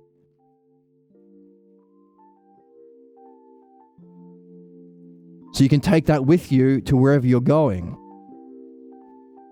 So hopefully you're only here for a short time and you can escape the cycle of reincarnation to go to higher levels. Why? Because you've seen it, you've solved it. You're no longer interested in pretty shapes and colors that grow and die and relationships that are transitory and based on all sorts of crazy stuff. You're over it now. The hyparxis. What's the hyparxis? Within any system, there is a level of understanding or solving that system, the highest level, which also sits in both worlds. And that's a kind of learning. What's the height of this one? It's the bottom of the next one. So if you've escaped if you've graduated Earth, graduated humanness, you'll find yourself in a fantastic world that your level of understanding is just the bottom of it.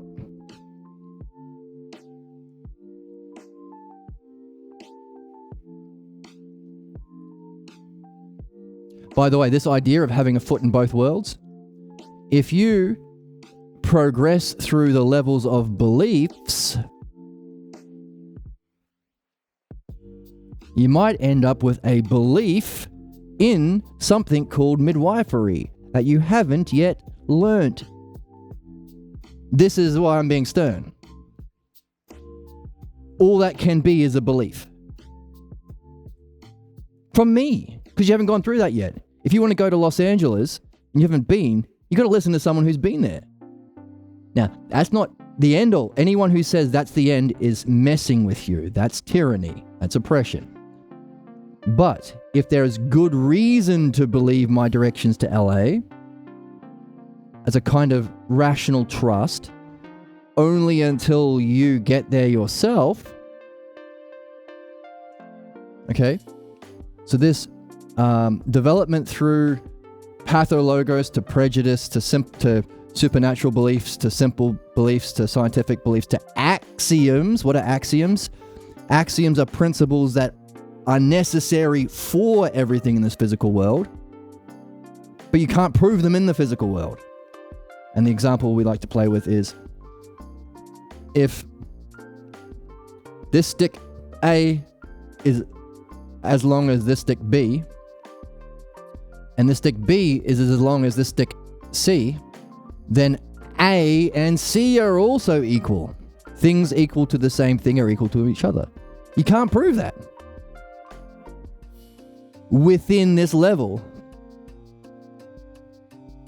Therefore, it implies principles that can only be proven and understood completely in a different dimension. Meaning every system has a ladder or a like a trapdoor, like those trapdoors to your attic.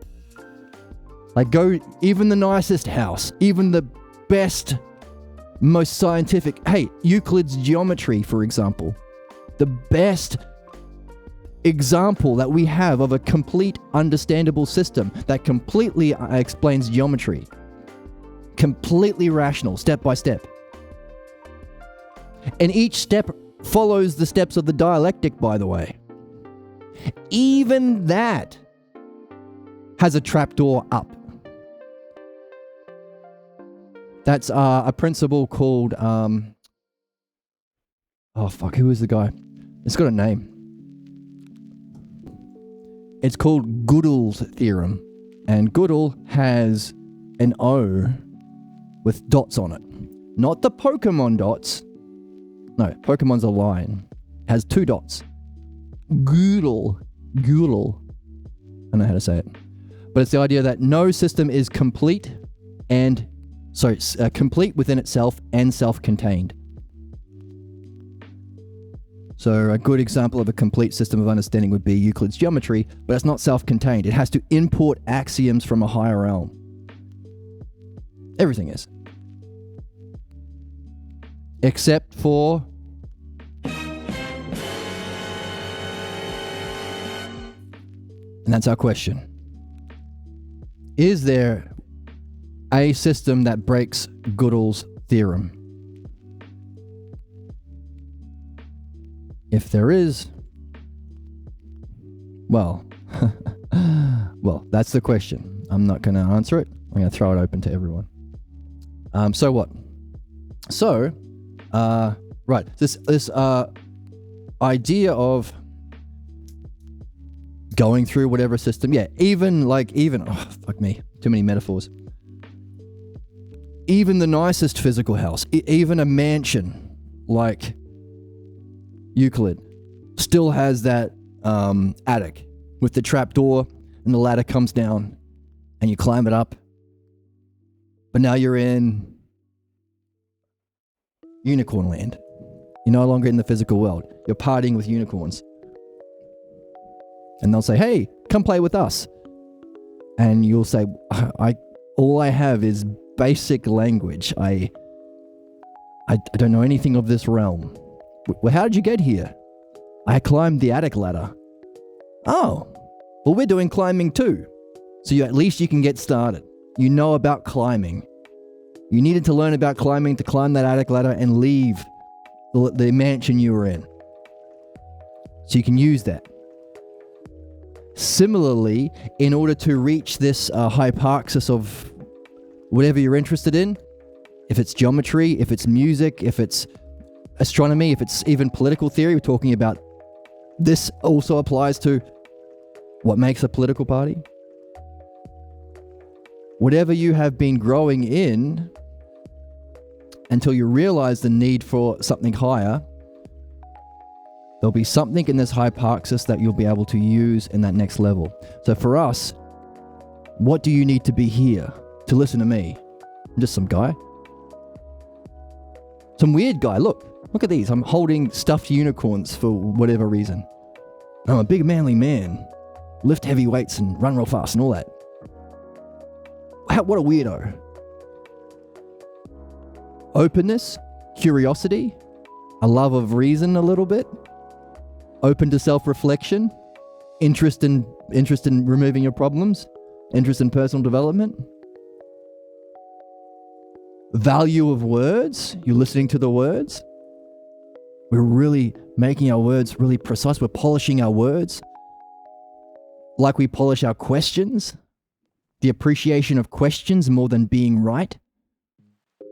All of this that leads you to where you are now listening to me, you can take with you, you have to take with you to just play the next level, which is philosophical midwifery. Philosophical midwifery is the next level.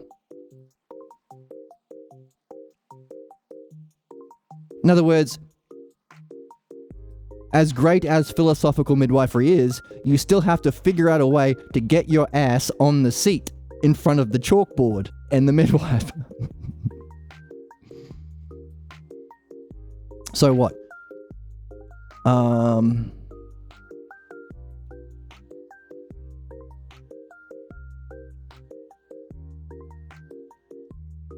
Right. So this is me justifying me being a bit of a curmudgeon right now. Not curmudgeon, stern. Honest, in a stern way. To lay it all out for you and also point out, hey, this is very important. If you are the sort of person who can do this, please, for your sake, number one. And hopefully we'll meet you soon once we have done this progression, but on Earth. In other words, taken a kind of hypothesis of being human, which has to be, or at least has to include this and this, which has scope over everything else, all beliefs, all, and the logos, not just beliefs, all cognitive functions like the divided line. Take that with you in your graduation to a much more real and interesting world full of unicorns. Or people like Socrates, to quote him in the Phaedo, who is waiting for us at the next level for all those who have completed their work here as human beings, along with other good humans and daemons and gods, who he called fellow adventurers or fellow travelers and guides.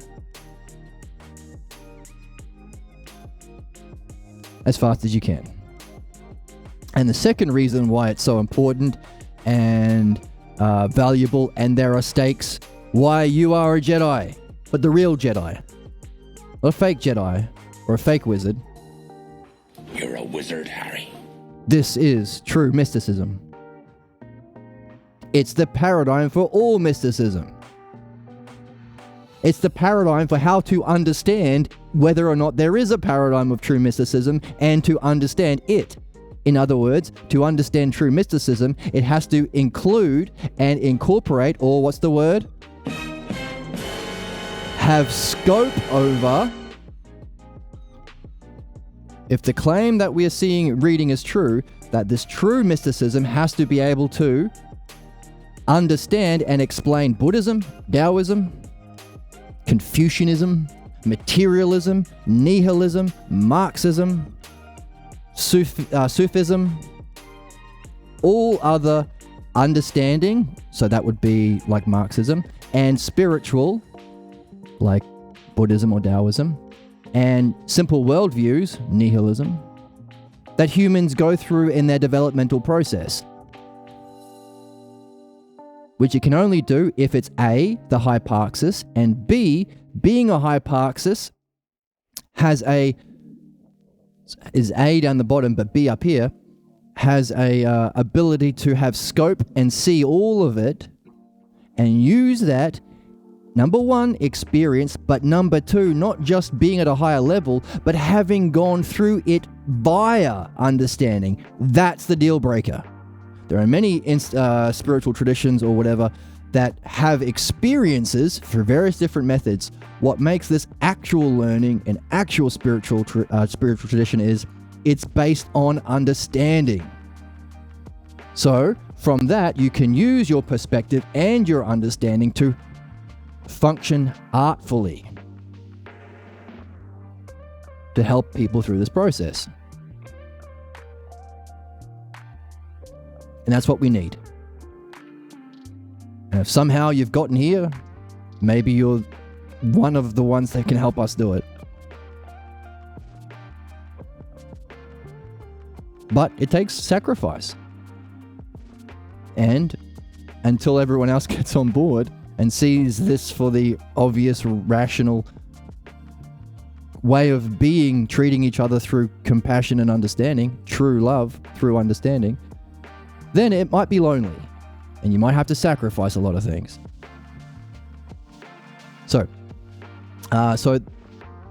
And hearing that 14,000 babies in Gaza are being left to starve to death by the people who are supposed to have fucking scope over everyone. Right? Leaders, what do leaders have? Leaders have a rare kind of perspective or knowledge and have an understanding. The captain of the... I like soccer. I play soccer. But the NBA's finals are happening. I'm going to use soccer. Even though the NBA is happening right now. The finals. The captain of the football team has to have some sort of experience of the game that might... And yeah, but also understanding of the players to be able to captain them well. So often the best player and experience with understanding. So those are, so this understanding of hierarchical arrangement of terms with a hyparxis that necessarily, Gödel's theorem, has a transitional aspect to a different version of it in a higher dimension, which, if reached through understanding, can allow you to turn back and help others, is not only the model of understanding and the model of midwifery and the divided line, it's the model for fucking politics. We need to find humans who can do this so that we can put them in a position that is in harmony with their nature and ability. Not in disharmony. You don't elect the worst person. That's Hitler. That's Trump. That's Putin. That's Musk. Although he wasn't elected. Kind of, through capitalism, in a way. Ugh. That's why we are all ass backwards. And we need you to help. If you can go through this process, which takes risks, you have to evolve your character. You have to apply it. You have to share it. You have to look for people like us who you can talk to.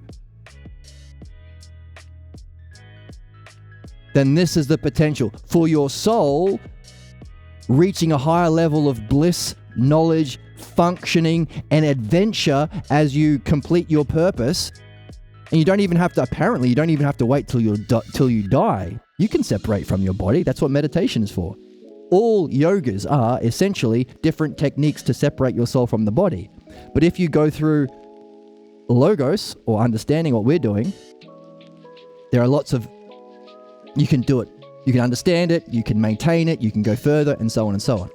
So, for your soul, it's worth the risk. You don't know. You haven't been to LA yet, but I'm telling you, LA kicks ass. But no one else is going to LA. Well, only a handful of the best people out there are. So, for your soul, worth doing.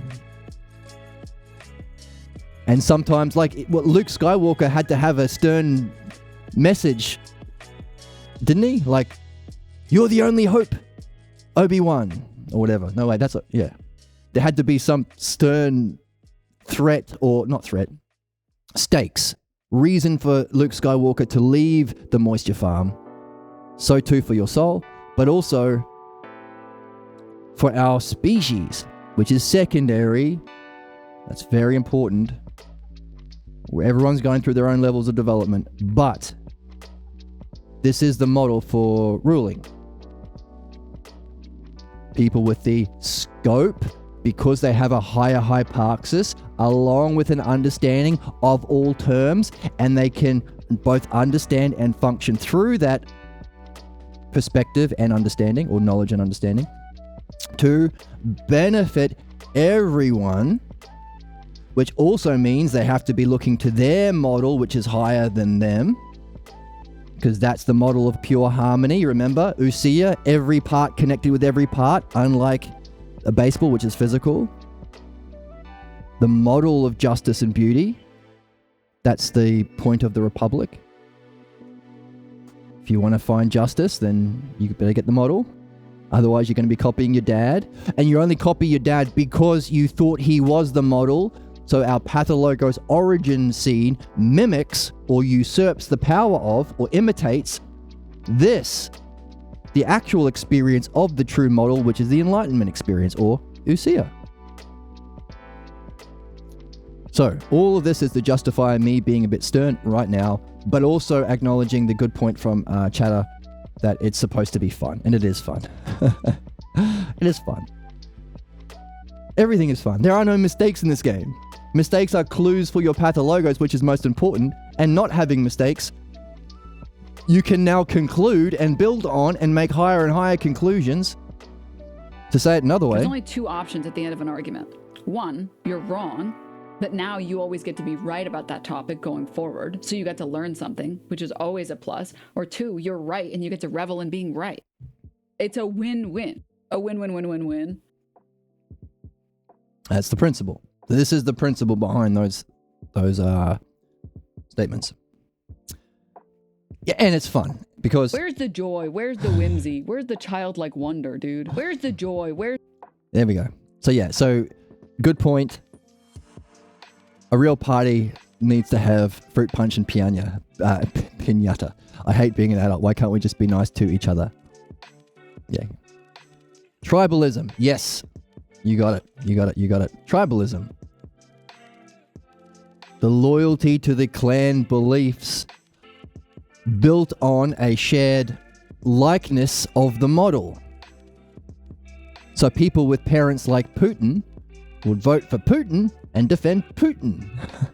People with parents like Trump might feel a tribal loyalty. But also in the Ion, there's an important distinction. The first thing, because Ion is like that. We haven't read the Ion on the channel, but it's really short. Find the Balboa online for free, version of the Ion. The first way that Socrates relates to Ion, who just won a big competition for his tribe, as a religious preacher who has no logos and no midwifery, so is pathologos driven, necessarily as he's a human. Socrates says, hey, you won at the festival, but the championship is coming. The Panathenaea, the annual biggest celebration. There are athletes competing, there are artists competing. Within everyone, like who is the best? And Ion is trying to win the golden crown for being the best preacher.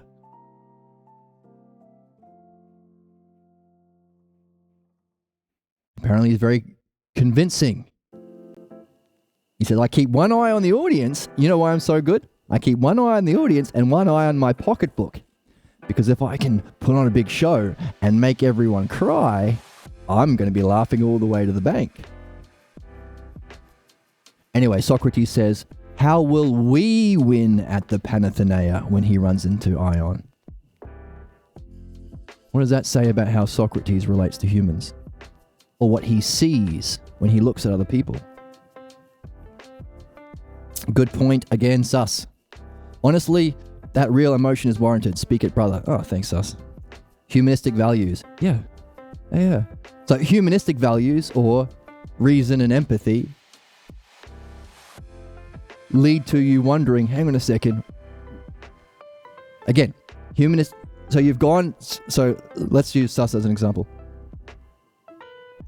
In living Sus's life, he's gone through different things, different stages, and he has realized, holy crap, humanistic values seems to be the hyparxis. The best we can do is embrace humanistic values of seeing the humanness. What's that? State of mind or feelings. I'm running out of space. State of mind and logos or understanding. We want to solve problems with understanding. We want to help people be educated so they learn how to think and understand and solve problems. but also recognize that it's difficult and we have states of mind and we don't want people to suffer. Humanism. Therefore, you've reached the hyparxis. So there'll be 1 foot in this realm and there'll be 1 foot in the other realm. So we want to reach the other realm too. So you can ask, given that I'm interested in helping people and understanding the world, I've come to realize that humanistic values are the peak pinnacle. And I've gone through my own states of mind and understanding and thinking to be able to reach that conclusion. So I know what it's like to struggle and sacrifice and change. But what are the principles, or what's the paradigm that has to exist before the physical world such that it can be characterized in whatever is behind humanism? Like, to me, I said state of mind or logos, but don't take me, don't take my words, throw that out. How would you define humanism if you consider it to be the best, or have seen it to be the best? And then ask a question, what would be the higher expression of that is eternal, that can be the principle that allows it to apply to any human culture? Because humanistic values isn't just for one culture, or one race, or one planet, or one species. Therefore, you have awakened through your reflection. Remember, the activity and reflection. You've had the activity to come to some sort of realization of this, which we applaud you for. But then you have to do the ousia, the reflection upon it. Now, we're learning the dialectic, which is how to reflect in a more organized, systematized way that's more likely to guarantee your success.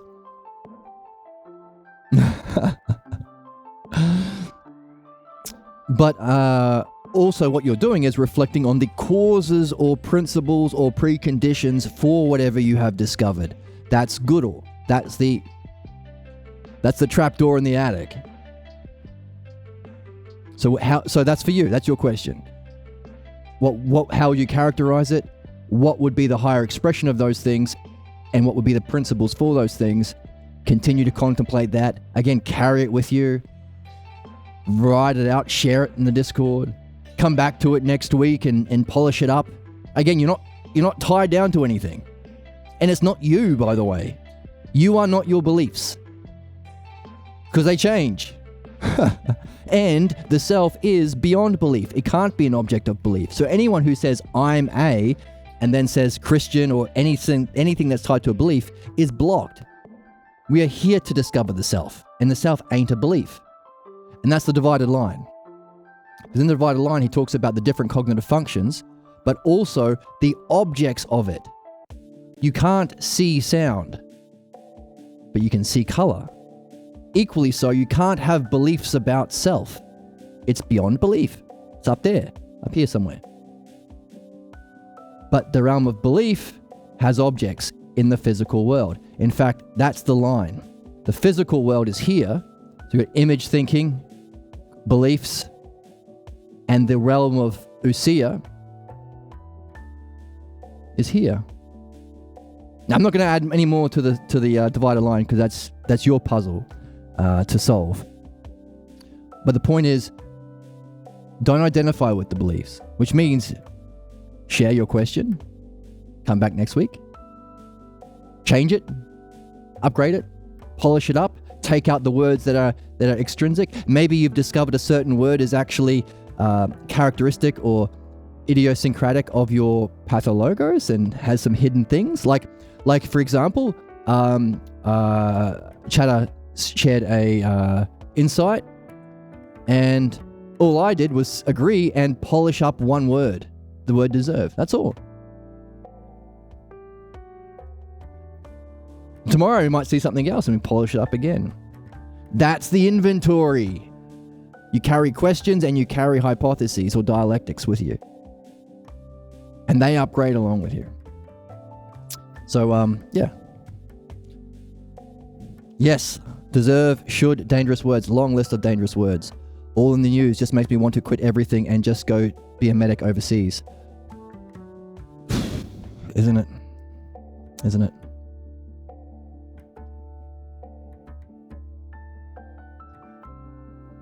As long as people can justify something, they can get away with it, right? The version of condemnation I said today that I will try and keep up with chat because your comments are going to be relative to what I'm talking about, but I didn't because I was on a bit of a rant, but I will do better. Nothing truer than that. Real love is fairness and respect and appreciation, not ownership. Love without understanding. Ooh. On the other hand, what if your relationship was based on this, on the logos? Otherwise, what are you going to do?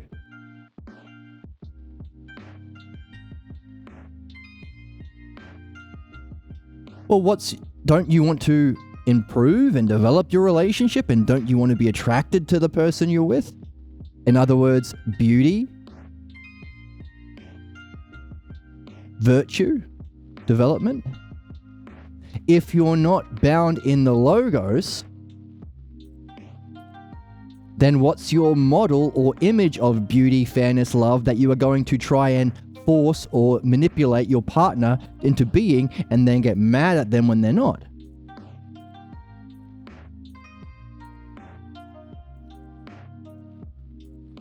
That's the stakes. That's why all relationships have these conflicts. That's why relationships that don't have conflicts, because they have a similar, shared pathologos model of ignorance and injustice and false love, they can be even more dangerous. Right now, one of the popular cultural celebrities, whatever, who is speaking out, who is parodying talking points used to justify the genocide right now, are two people from a similar Zionist background.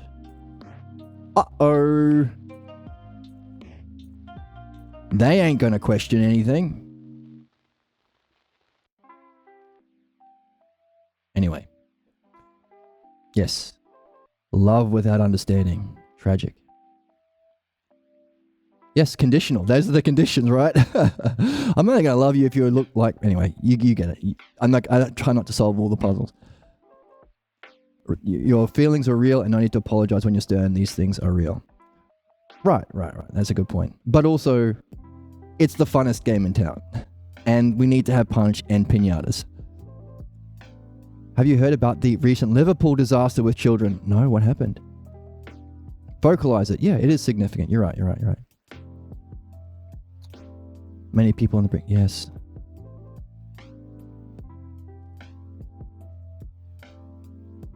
Don't mind being reincarnated over and over. I'm a party with you all until we make the world a better place. I'll rest my spirit when we accomplish a future where there's no more suffering for the children. Anyone of a gender or orientation. Eternal peace is boring. I came here to bring some joy and love to the world. What they sometimes call a bodhisattva. Someone who has done their work and is here to help others. But, yeah. Okay. Cool.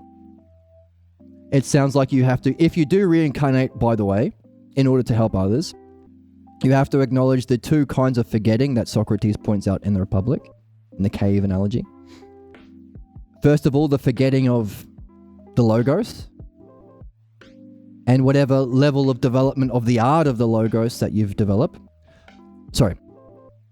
A forgetting of ousia, or reality. So our learning is to remember knowledge, to remember ousia, which again is non-physical, so we have to cross that line. But also whatever level of development of the logos and dialectic you're on, you forget that when you're born. And there's a second level of forgetting when you get the pathologos. So, if you are indeed a bodhisattva, come around because you got bored by whatever... By the way, I don't think it's peace up there.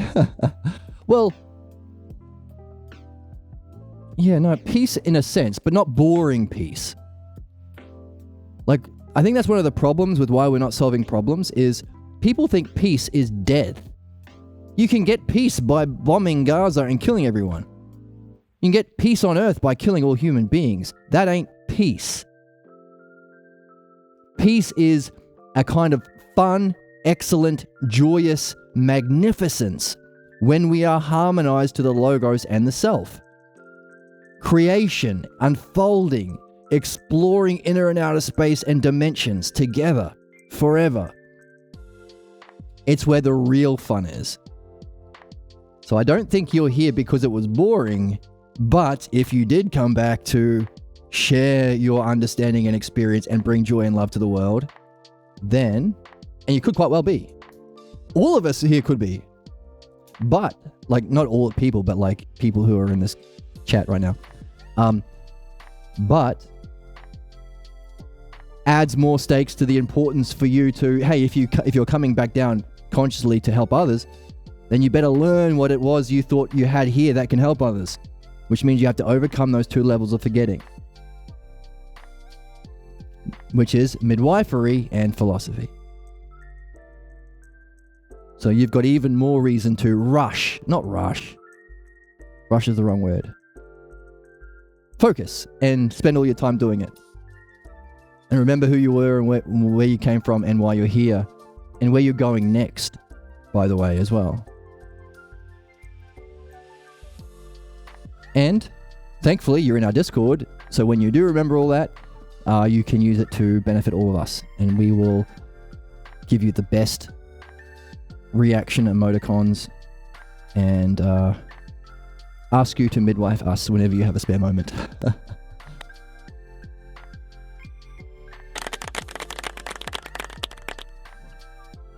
It's unfortunate compassion is a little creature.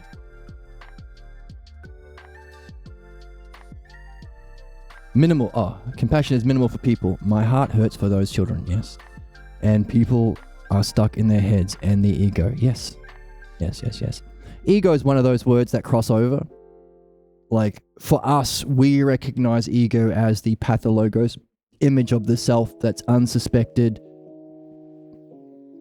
chains us to fate, was wordlessly concluded by us, therefore we can remove it. It's not really us, and we use the divided line to show that it can't be. Whereas pathologo, self-image and all that stuff is not commonly used. So you can use the ego to help people understand what you're referring to. So yeah, ego is one of those words that kind of has a lower expression, like the way people use it, but the way we use it has a higher. I've just scribbled everywhere, so this is not going to help us.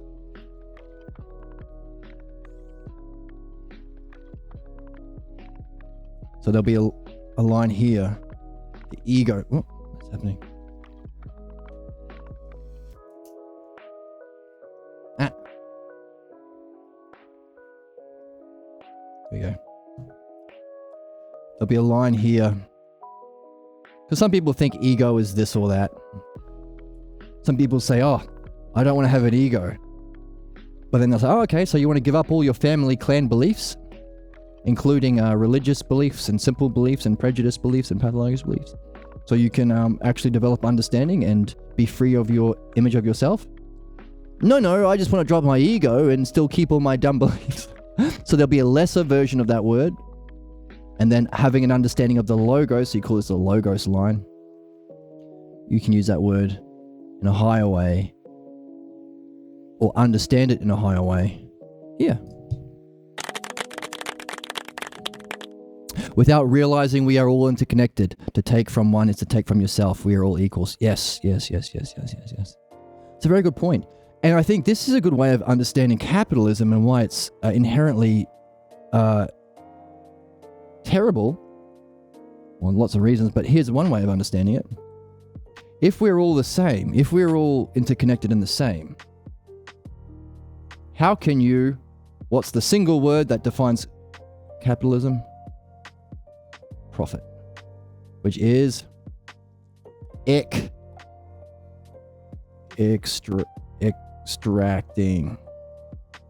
extracting value from others. Already inherent in this, in the principle behind capitalism, there are things that are fucked. They don't know what value is.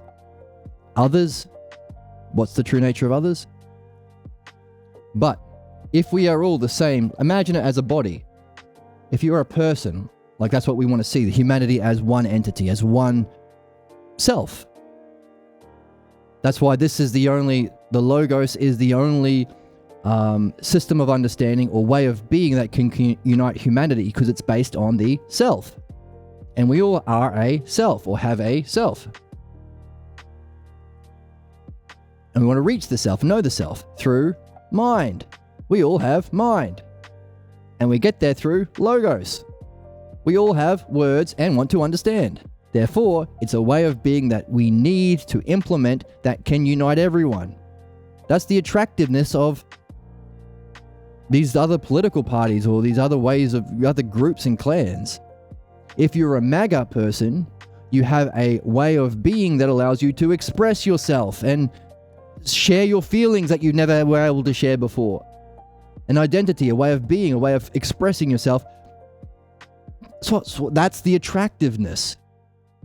So when you say, hey, do you know that Trump did this or that and is the most comically corrupt and evil person, whatever, they don't care. I wear the red hat. I get to say what I want with people who I like to say it to. It's a way of being, and I feel in charge, and I like making people feel bad. It's a way of being that allows them to express themselves. But if we are the same person, and you have to be continuously profiting, how can you extract value from yourself?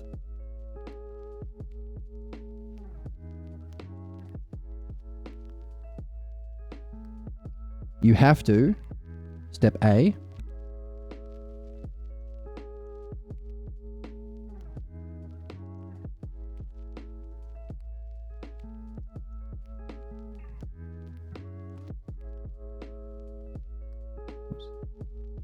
you have to cut off a piece of yourself.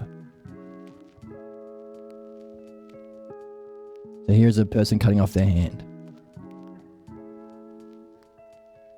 And then you have to say, this hand is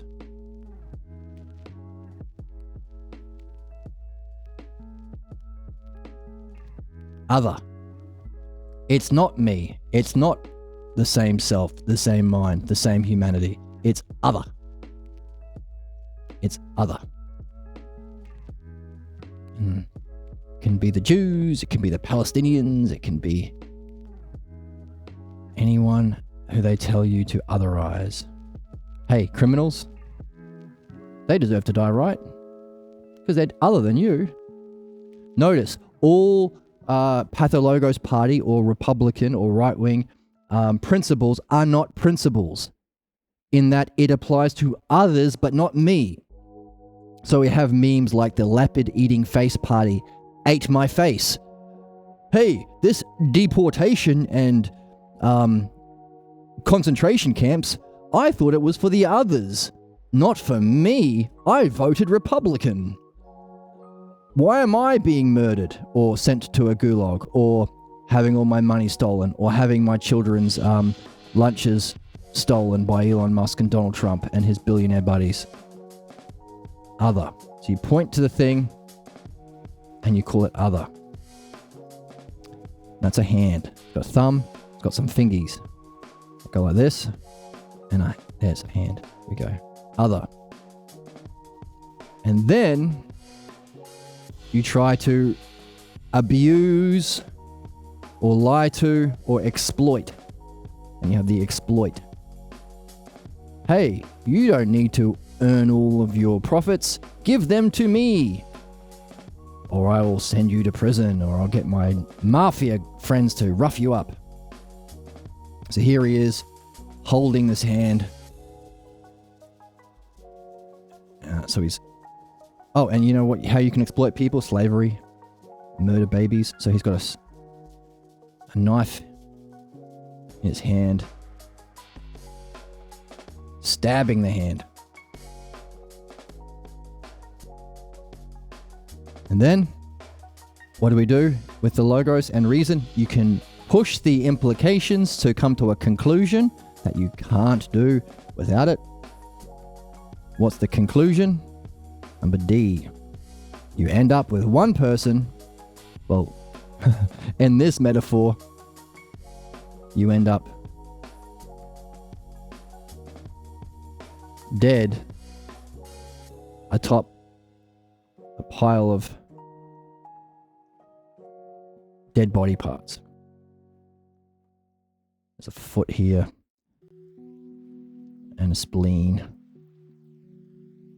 Oh my goodness, my board is off the board.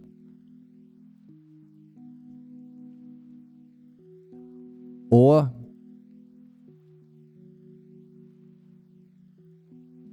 we can say what ends up happening is, again, this one person is a metaphor for all people, so all those body parts are actually D, so we would have a conclusion. So let's say D prime. What's the mathematical signal for prime? I don't know. So, which is one person. Give him a Hitler mustache because that's who will do this. And a MAGA hat as well, because why not? MAGA.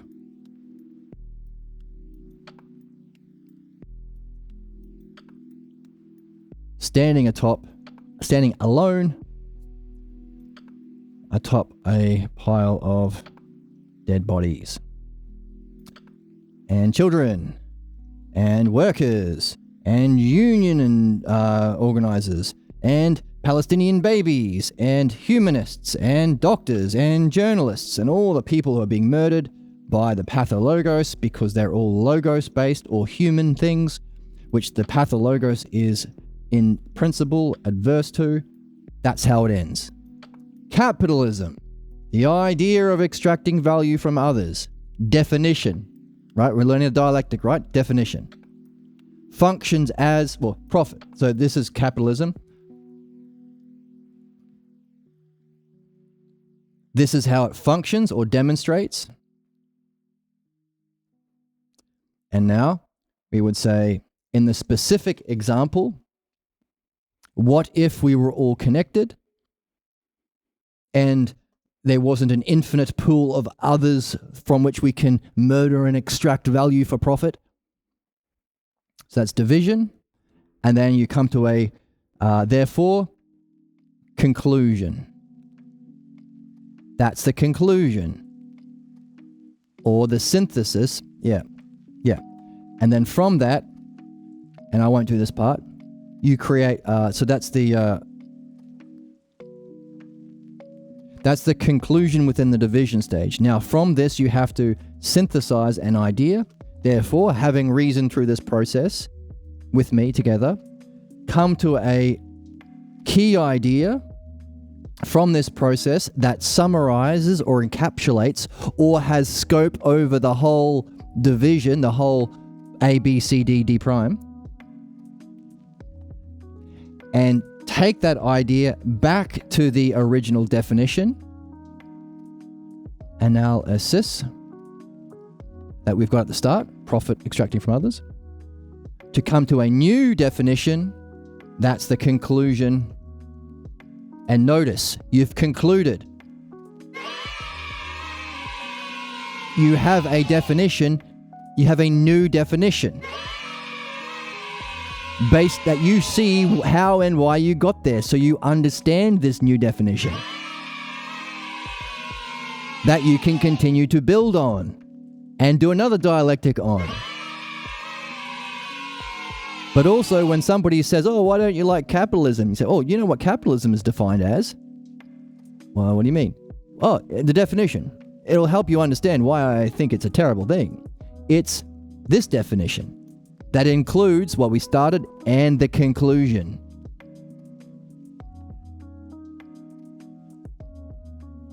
So, very good point from the chatter.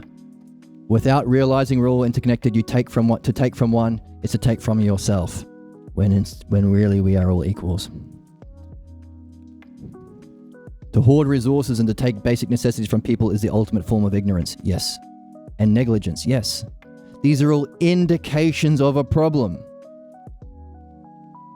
This is important. You're right, we need to speak up about it, and we can be stern or emotional about it. That's fine, we're telling the truth. But all we are doing is pointing to the stakes and gathering key terms. Now, when you're addressing a pathologos, we talked about last time, it's important to realize when you're talking with people, usually, again, I'm using kind of general language to talk about the principles and stuff, and I'm not cutting any corners. I'm not pulling any punches. But in order to do midwifery, you have to first identify you have a problem. Like if you said, hey, I think we should be nice to each other, and someone says, pathologos, get out of here, that's a pathologos, that's fucked. That's a misuse of the word. And by the way, that person doing it isn't doing it. The pathologos is doing it. So we talked about the importance of understanding the definition and the principles behind the word. You have to identify a problem first, which is why we do dream analysis and we go out and seek our highest goals. Hey, if you're blocked from doing a terrible goal, that ain't a problem, son. But if you're blocked from excellence or reading or mastering this. So what you just pointed out, hoarding resources, taking basic necessities from people, ultimate form of ignorance. Yes, you're pointing to the stakes and the issue. Hey, Luke Skywalker, the Empire is building a Death Star. Can you imagine? The next thing is do the thing, do the activity to address the problem, identify the pathologos root cause.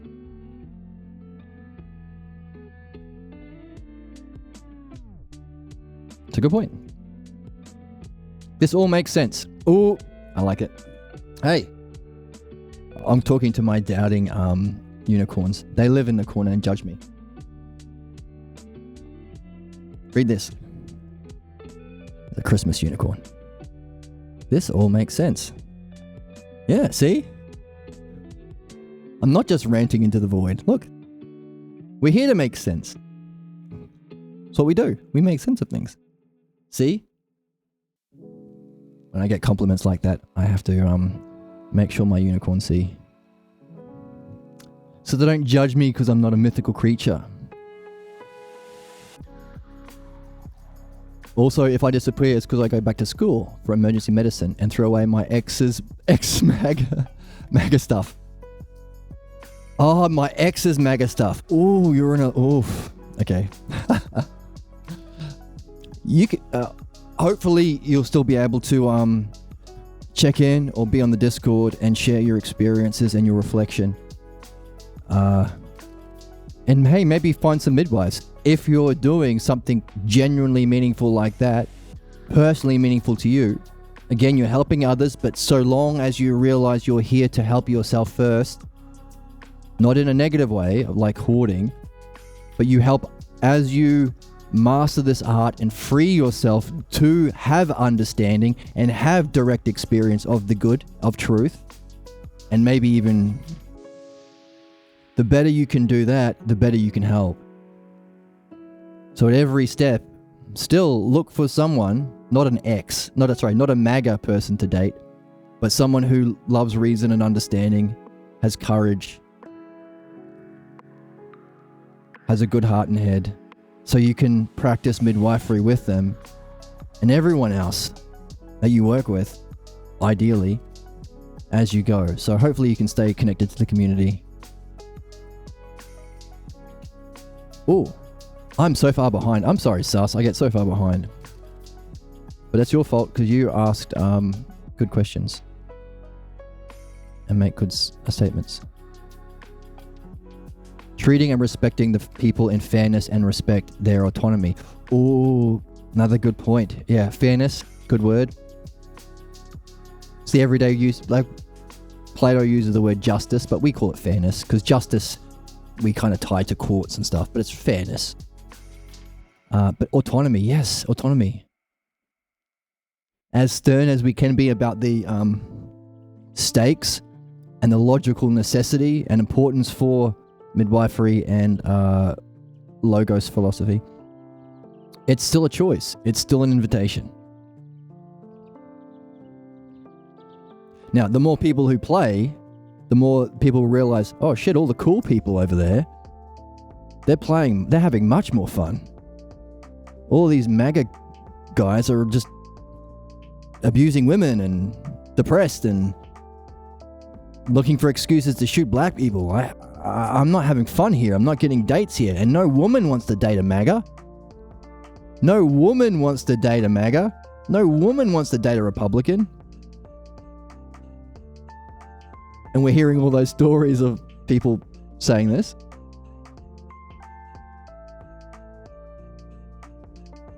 But then they look over at what we're doing. Oh, they're having fun. And they're getting mad laid. What's this? I don't know what this is. It was nothing. I don't know why I did a gesture. Wow. Autonomy, good point. It's an invitation. Fun fact, with my psychology courses, I found out the best way children learn is by learning with fun. Where's the joy? Where's the whimsy? Where's the childlike wonder, dude? Yes, as the oracle states. Fun. Which is interesting because we can add that into a idea or hypothesis of what would mark a problem. Maybe you are doing everything you wanted to do with excellence, but you're not having fun. Maybe that's an aspect of it. But also, yeah, if all learning is leading with fun, then it's also the starting point. You will naturally learn if you're having fun. And you want to upgrade and get better at it. It's a good point. Fun. Thanks. I was probably a Labrador in my past life. Oh. Maybe you're a Labrador to someone who was reflective and you decided to come back as a human who would cross paths with this. Which is interesting because that's an important thing.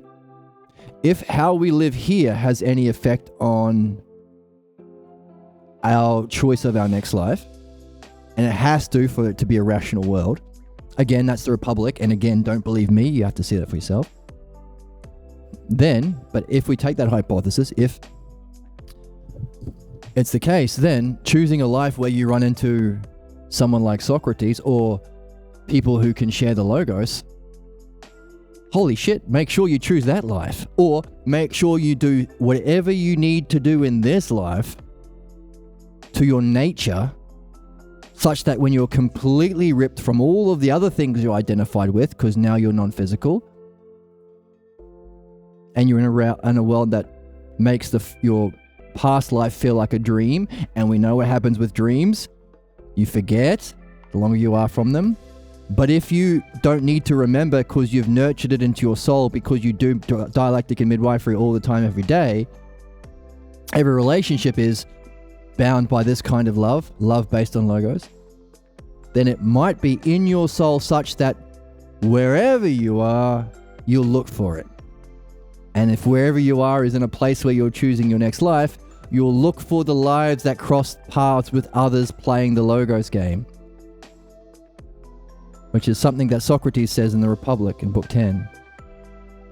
So if you were a Labrador, you did something to affect your soul in a way where you made a good choice.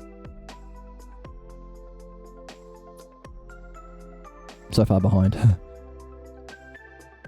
Basically, they got voted to take their rights away by an orange con artist. Yep. An orange con artist that conned them specifically because of these principles. Who only knows how to instill fear. Yeah. Fear, yep. Afraid. When they're afraid, they can't think. Yes. Yes, that's very important too. So we talk about planting seeds, but we also talk about nurturing soil.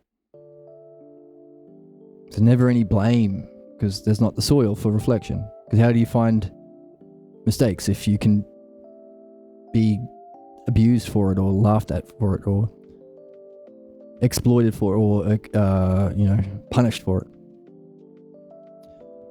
He got most people in the survival form of thinking. Yes.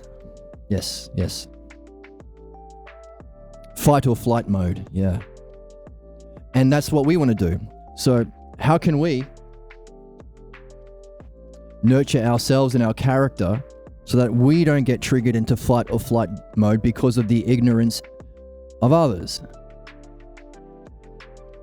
Temperance, one of the 4 virtues. The one, focus on your belly.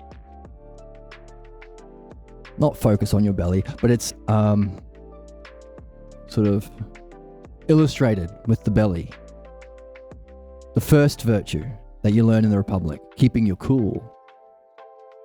Hey, can you be around chaos and keep the cool-headedness of a philosopher king? Now, I like to think of it as the belly because, as a symbol, because my back is fucked. My bed is terrible. I need to get in. I've been trying to get a new bed for a while. Anyway, the Taoist tradition, their version of the virtue of cool-headedness or keeping your cool in the ups and downs of life, while staying focused on the logos, of course, and being harmonized, like every part of your soul harmonized towards that same goal. They talk about the belly and your breathing, keeping your belly extended at all times. You're to keep your cool. Notice when you're in fight or flight, your breathing becomes short and sharp and shallow, which means you can be pushed over easily, by the way. Whereas if you've got a nice deep breath at all times, it's harder to be pushed over physically and psychologically.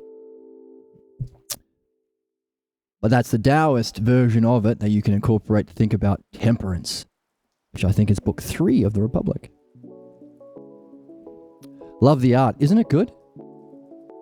Isn't it good? Have an owl. He hangs with the unicorns because he's kind of colored the same way that they are. But also, look, his nose is kind of like a horn. See? This unicorn has that horn. Look at him. Anyway, he has to see, love the art. See? People like my art. Thanks for providing the information. Oh, you're welcome. Thanks for giving me something to show the unicorn and our stuffies. Children learn best when they lead first, but with fun. Yes, very insightful. We'll clap for that. All therapies like speech, occupational therapy, physical therapy lead with the child, leading, and we follow along. Oh, that's interesting.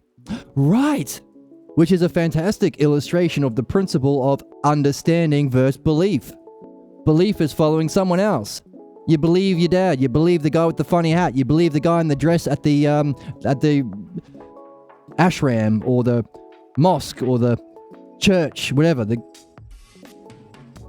Or the guy on the throne with the crown, or the guy in the White House with the big tie. It's all following, isn't it? You always follow someone else, which is why it's oppression. Why anyone saying, hey, just believe me, or hey, take my advice, are trying to oppress you. Run. I play music, and it's very easy to see because you get essentially 2 sorts of people, and we know what we would call them, logos and pathologos. But the negative sort, it's funny because after relating to the good sort of people, open, curious people, often younger people, usually people who are interested in music themselves or maybe learning something themselves, something musical themselves, you relate to those people and they're great, they're curious, they're open. And then you get the second person who is, in comparison to those people, much worse, like obviously worse, like comically worse.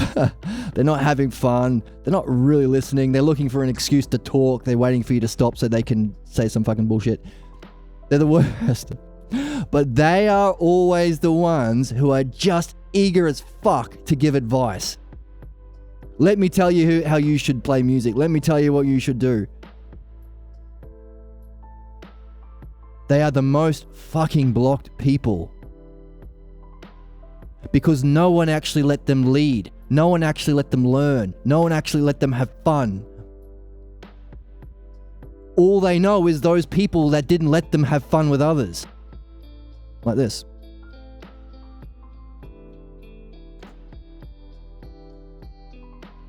So if someone's saying, hey, which is typical clan, pathologos stuff. If someone says to their kid,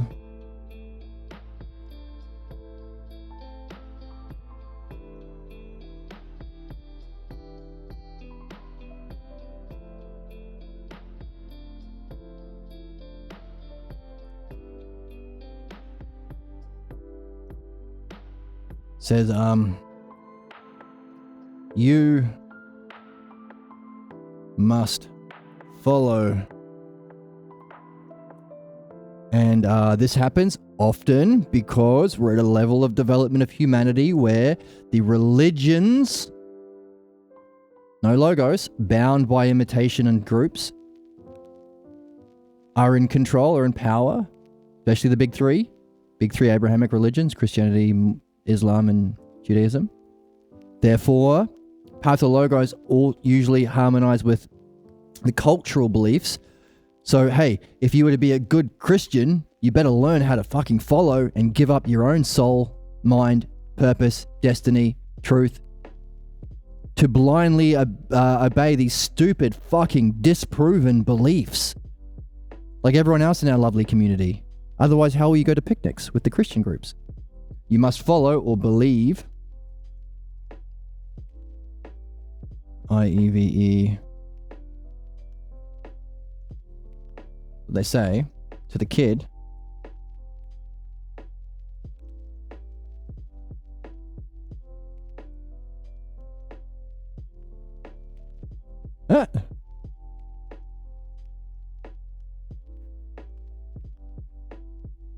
unlike what you're saying, lead with fun. By the way, follow who? This guy. That's who you're stuck with. That's all you know if you're a follower or a believer. Therefore, where are you going to get your model for what you want to be when you become an adult? If our soul seeks excellence, this person grows up and tries to seek excellence, or just living. Every moment we do activities that we think will make us better. You go to college, so you think you'll be made better and happier at the end of it. So he grows into an adult with his hat on and a little briefcase. Where's he going to get his model from? Only one place. Notice when you're having fun, you don't know the answers. You're open. You trust self enough to be open. I don't have to know where Billy is going to be to play hide and seek with Billy. In fact, the not knowing makes it fun. Why? Because I trust self to be able to handle it when Billy comes running around the corner and says, I caught you. And then the kid squeals and runs away and it's fun. I trust myself.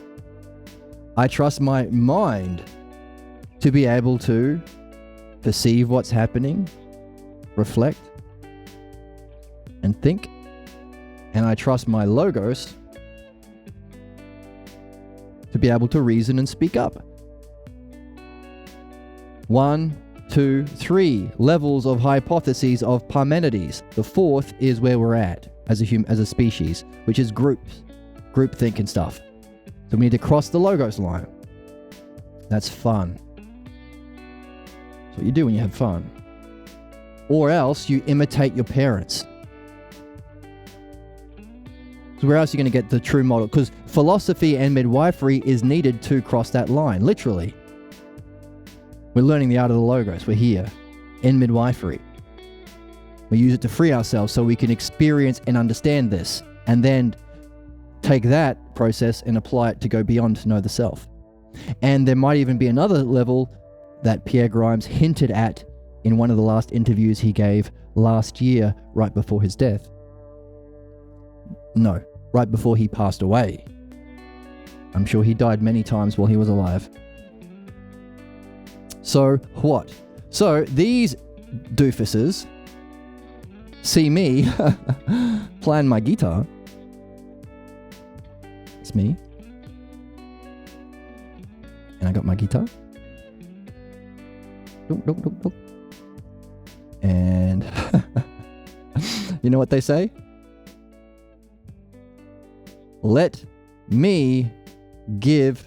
Usually they don't say let me. They say let me, but when I say no, they give it anyway. They're liars. They're lying. That's what they really mean is, I will force my advice.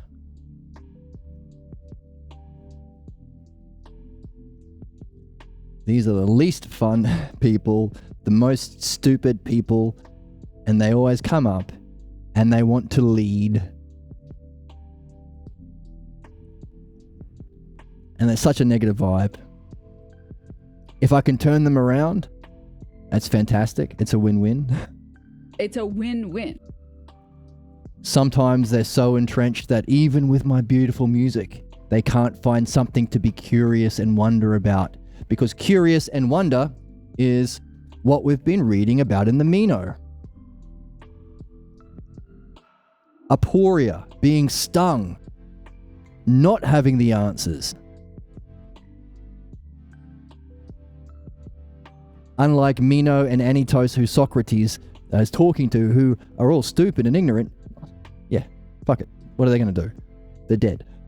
But they think they know. And they think virtue is knowing. Because virtue also involves hurting your enemies. So you better damn well know what the truth is if you're going to hurt people. And they don't. Which is a problem. The problem. Anyway. So I want to somehow invite them with the music. La, la, la, la, and I sing like this. La la la la la la la. And they're so they can drop this state of being, way of being, state of mind, and get into this one. Wonder, curious, openness. What we're learning about in the Meno. Sometimes I gotta get rid of them because they're a bit of a downer. No one else wants to be around these people. But it's important to acknowledge where they came from.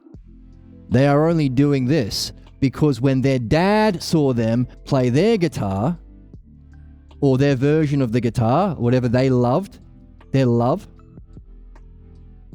So put a love heart here. Because we always, as human beings, sacrifice what we loved to accept loyalty to this shit. Our pathologos. So as we go through midwifery, we have to rediscover what we once loved and put down. And pick it back up. So when they had their little ukulele that they loved, Dad saw it and said, you must follow and believe. Listen to my advice. Never played a fucking note of guitar in his life. That sounds personal. But it's universal. And so these jokers grow up to be human beings, sacrifice this, see me, and respond in the same way. Why? Analogy. They think that this experience in the present here, that they're living out in the present, is a copy of the true model of their pathologos origin scene. I've met the conditions by participating in something I love in a similar enough kind of way to this, I've met the conditions for them to play out, to project. This is what projection is. Talk about people projecting their own. Every accusation is a confession. It's all projection. You're fighting windmills, all this sort of stuff, trying to deal with people. This is what projection is. An application of an analogy that says analogy. So we talk about analogies. Let's go back to here. This crossing of the line of hyparxis. Okay, there's a lot of scribble there. Okay, so let's not go back. Let's keep going here because it's all scribble. So we're talking about how the learning, interdimensional learning or just learning, you develop and you reach the hyparxis, which has the best of one level, but also has a kind of existence in the next level, but it's the bottom of the next level. So you got to learn more. It's the starting point. So we could say midwifery kind of is the starting point to philosophy. And learning and developing, being a person with a good heart and a good mind, or appreciates the beauty and value of people with good hearts and good minds, is the prerequisite for this, for midwifery. If you don't see the value of being a good person and changing and addressing problems and benefiting, you're never going to get into midwifery yet. You've got to do the work to realize that's important, which may take some good people laughing at you for being silly or being honest or speaking out. Sometimes being murdered by oppressive forces for doing it. Nevertheless, you have to go through something to wake up and realize you are not stuck stagnant like this. No learning here, no change, no hyparxis. You're wrong, you have a problem, but you can learn. This mixture of sternness while inviting. And so the most wonderful people are those who do this, but still have a warmth about them, or a charm. They're still engaging and interesting and nice and fun, like TV was saying. They still have piñatas and punch. So that's part of the art too. To be honest, stern and brave and courageous, while also being warm and inviting. It's a real, Socrates calls it grace for women and charm for men. But same thing, just different words. So he is charming, or she has a grace about her. Right, so if we see here, this version, even though whatever is the height of one level is the beginning of the other one, still beginning in another one, you're in a whole different level, man. You're in a different dimension now, dude. Oh my God, brother. Let me tell you, my friend. Meaning, this crossing of a hyparxis line is analogy and illustrates the principle of analogy, because what we can say about this level of hyparxis, let's move the happy boy. Let's move happy boy away. Let's make some room. Move him. What the hell? Oh. There. Let me try that again. Let's move him over here, happy boy. This is the child having fun. So you could say this is a kind of peace.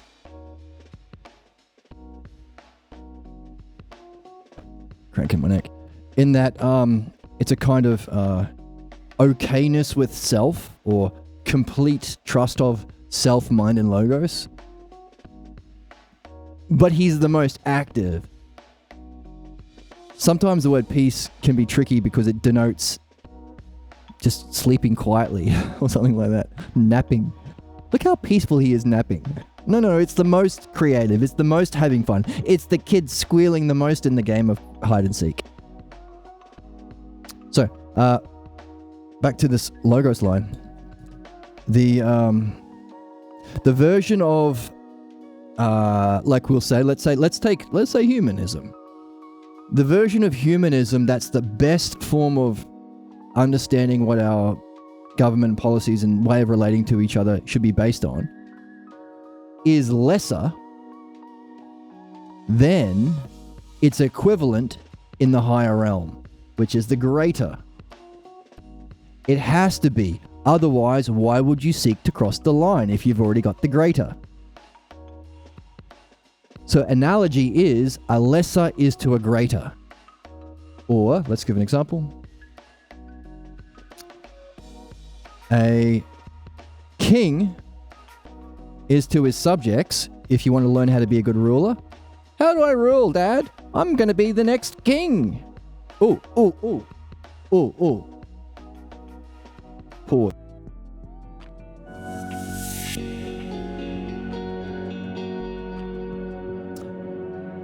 So I'm back and I have a lion stuffy. Is it a lion or a tiger? I'm not looking at its butt to answer the question. It's not like a tree where you can determine the age of a tree by cutting it and looking inside it and counting the rings. I'm not trying to do the same thing but looking in its butt to see if it's a lion. It's got a little tag here.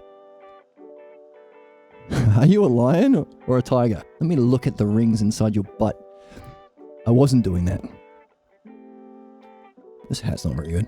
So the Lion King has little Simba, and Simba says, "Hey, Daddy, Papa, how do I be a good king? And I just can't wait to be king." Well, as a simple shepherd relates to his sheep, in a similar but much higher, greater way, different way, but similar, same and different, likeness, so too a king rules his subjects. And then they dance. So this is the idea of greater and lesser. Without that, how will the king be able to tell Simba? Wait, if I'm telling Simba, I should be able to use a name of the other guy. Mufasa. What a name. Okay, so there has to be a greater... Yeah. Greater to lesser, which is the essence of analogy and needed for hyparxis. So what?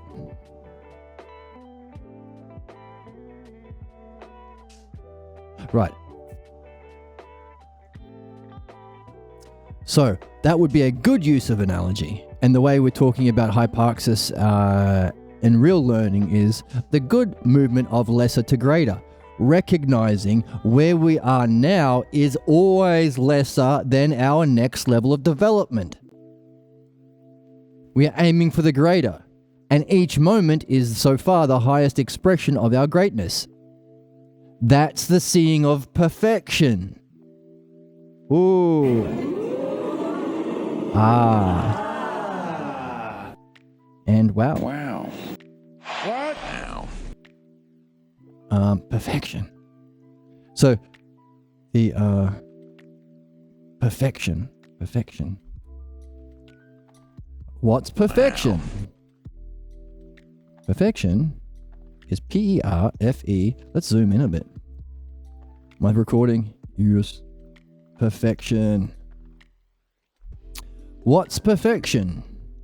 Realizing that where you are right now is a perfect expression of all of the forces upon your soul up until this moment as part of your understandable and providential, logos and providence, understanding and caring rhymes, I like it, development.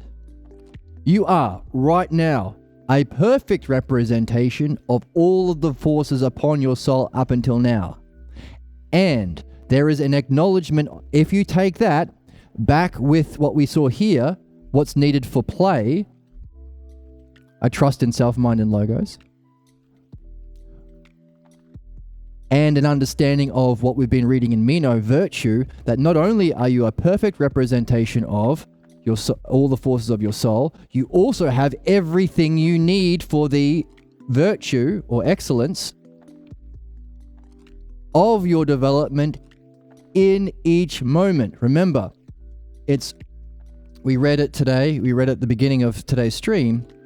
It is entirely possible to verify for yourself you live in an understanding and caring universe. That's that line up. But it's, and this understandingness and caringness is pervasive, or what was the word? Let me just pull it up.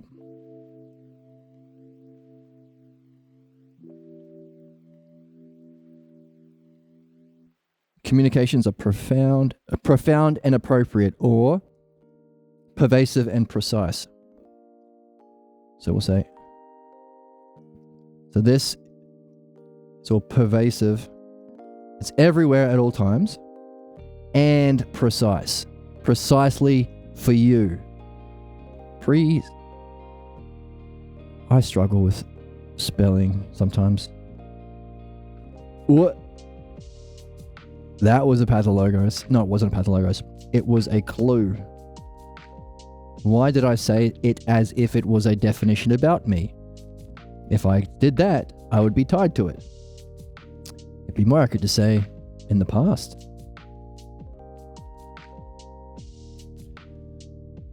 It's pervasive and precise, or profound and appropriate. Was that the two? Oh, I just closed it. Hang on.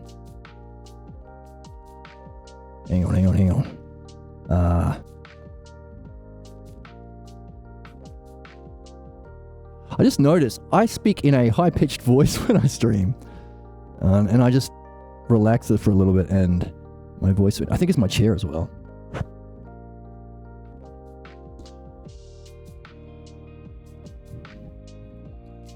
I need to buy a new chair.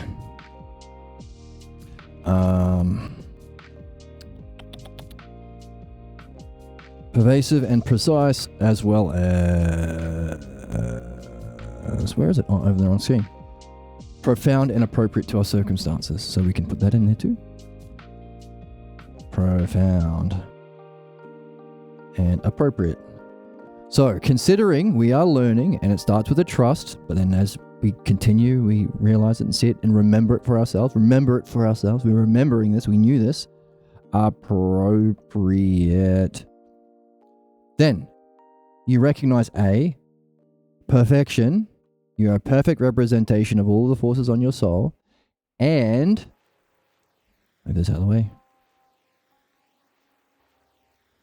From what we've been seeing about the pervasiveness and precision of the intelligibility and providence, along with what we're seeing in the Meno about virtue being your innate excellence. A baby goat has what it needs to be the best goat. A baby chicken has the excellence within it. It has everything it needs to be the excellence of a chicken. And a baby, this thing. What is it? Can I check what is it? Looks like a spotted tiger with a haircut. Anyway. So, you are a perfect representation of all the forces upon your soul up until now, and you have everything you need within you for your excellence or virtue. You have everything needed for excellence, which is the Logos, which we know also contains providence. In each moment. And to that we say, hooray. How many messages am I behind? I'm a few. Whoops. Sorry. Okay, I'm gonna try harder to keep up with the chat. But I'm gonna go back and forth. A spotted hyena. Yeah, I think he is. It's kind of ironic, seeing as he's talking to Mufasa about being king, and he's a hyena. Or a deer. I'm a Labrador. I'm assuming I don't know anything. Yeah. We're developing our hypothesis until we discover what is knowable, and then we know it, and then we wonder about that too, and use it as a model. To come back to being a child is the ultimate source of wisdom. Oh, I hope you're following along with the Meno, because that's one of the big, that childlike wonder of aporia, or being stung by a stingray, all in the middle of the. Imagine being in the middle of the ocean and a stingray stings you and you can't move. So you've been stung by a stingray. You're all out at sea, and this vast thing you don't understand, and you can't move or talk. That level of childlike wonder and curiosity, and being okay with not knowing. No wonder has sense of self. Oh, America, we have to be best. Yes, number one. All I imagine is everyone killing their authentic, beautiful self. This is from chat. All I imagine is everyone killing their authentic, beautiful self for conformity's sake, to be loved. Put it on a postcard, send it to everyone on your street, have on the other side, and therefore learn midwifery. I offer sessions on a Saturday and a Sunday down at the park. And there will be punch and a pinata. Well said.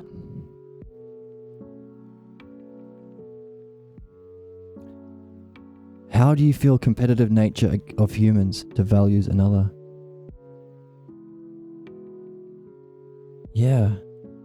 Because if the real competition isn't a zero-sum game, but we're all on the same goddamn ladder, we are all... What are the kids doing? They have trust in self, mind, and logos. We are all self. We are all mind, or have mind, to discover the logos.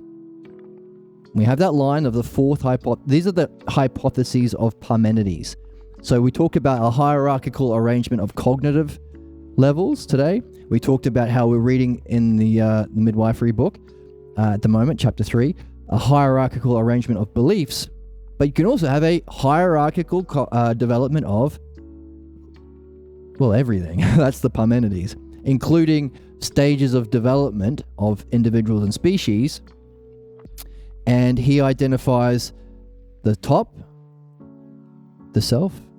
The second hypothesis of Parmenides. Parmenides was Socrates' teacher when Socrates was 19, just a youngin, like these two. That's Socrates and his friends. His friends went to see Zeno, who was Parmenides' student, and Parmenides. And he outlined, he said, hey, Socrates, number one, don't use physical world language to try and understand the world above that line, the world of being, because it has some problems. So you better learn that language, number one. Because Socrates is like, hang on a second, if it's a oneness, how can you, I understand how a oneness could be beautiful and also fair or just, that makes sense. But here are some logos terms or principles that have to have an eternal existence, a kind of selfhood, a kind of autonomy maybe, but existence as aspects of being, or eidos, not forms. Same and different. Same and different. Everything we see is the same as something in that it's a thing, and different in that it's a different thing. How can same and different exist in the same oneness? They're opposites. That's crazy. You're crazy. This is young Socrates talking.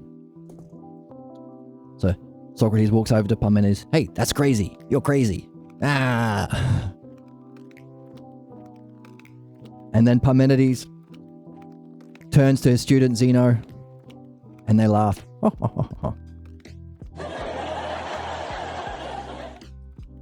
Because they see him. They know where he's at. And his level of development, they've gone through it themselves. And they're smiling. the person telling the story said, well, I was surprised. I thought they'd be mad because here is young Socrates as a 19-year-old talking to a 60-year-old master of the Logos and his student who's where we are in that process, 40-year-old Zeno. This young 19-year-old Socrates saying, hey, your essay was crap. This doesn't make sense. Same and different together as pure Usia? That doesn't... No, they're opposites. You're crazy and you're crazy and you're both crazy. And so Parmenides said, look, son, come here, because back then, Parmenides was being played by Jason Statham. Look, my son, all right, you better listen up or I'll give you a bunch of knucks. And I need 50 quid. And also, don't use the language of the physical world to understand the metaphysical world. You'll have problems. What we have been seeing today is why the hyparxis, the way we use same and different here, just like this way we use beauty and justice here, is different. But similar is a likeness. The same and different. You also have to learn the logos or language of that higher realm. First of all. And then everyone went, Wow. ooh. Wow. And everyone said those things that I have on my sound drops, coincidentally. Second thing is, by the way, if you ever... No. Wait, this way. So Parmenides is talking. Parmenides said, hey, if you ever do want to reach the truth, there's only one way to get it, my son. Oh yeah, he's being played. There's only one way to get it, my son. Right? And it ain't in a bloomin' lorry. Right?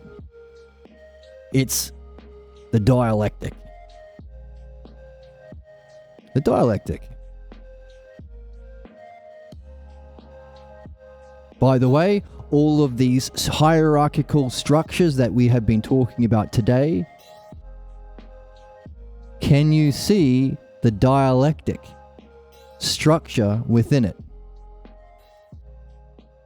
It's a question. So that was said to Socrates. And why the heck were we talking about that? I got so wrapped up in the theatre because these dramatic players are so good and convincing. So they can take a bow. There you go. You've distracted me. Oh.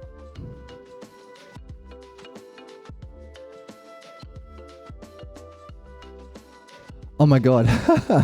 I just promised to keep up with the chat and I was scrolling back and I've got to scroll back down. Love Stuffies. Are you going to a philosophical stuffy show? You are at the philosophical stuffy show.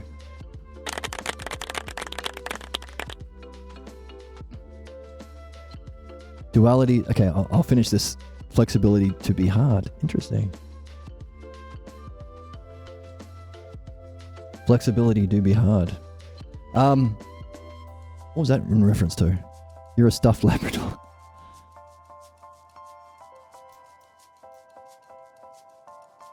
Labradors are kind of the most stuffy-like. You could say, well, what about like a panda or something? But you can't hug a panda. You hug a Labrador and they'll love it.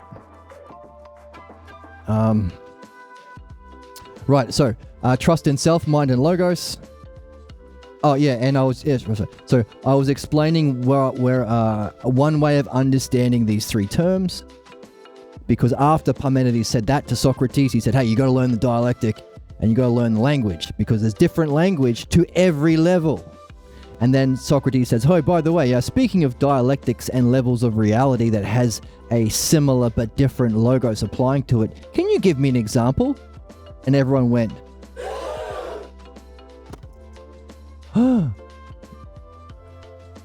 what's this 19-year-old hotshot just rocking up and saying to a 60-year-old master? Hey, show me. But then he says, hey, not just any old dialectic. But please tell me the self. Tell me your idea of the self. In other words, well, if self is the highest term and what we're after, to know thyself, that's the maxim, know thyself, the higher self. He's presuming Parmenides has gotten there. Can you do a dialectic on the self? And then everyone laughed. Oh.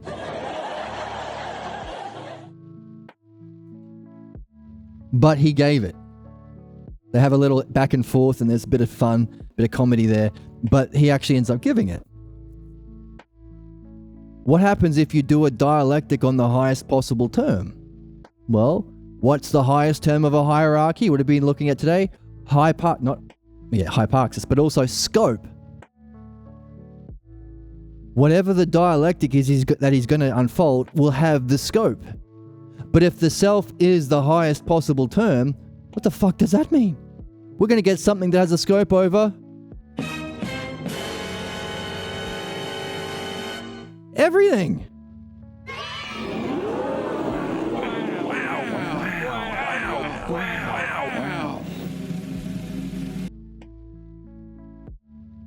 Scope over everything.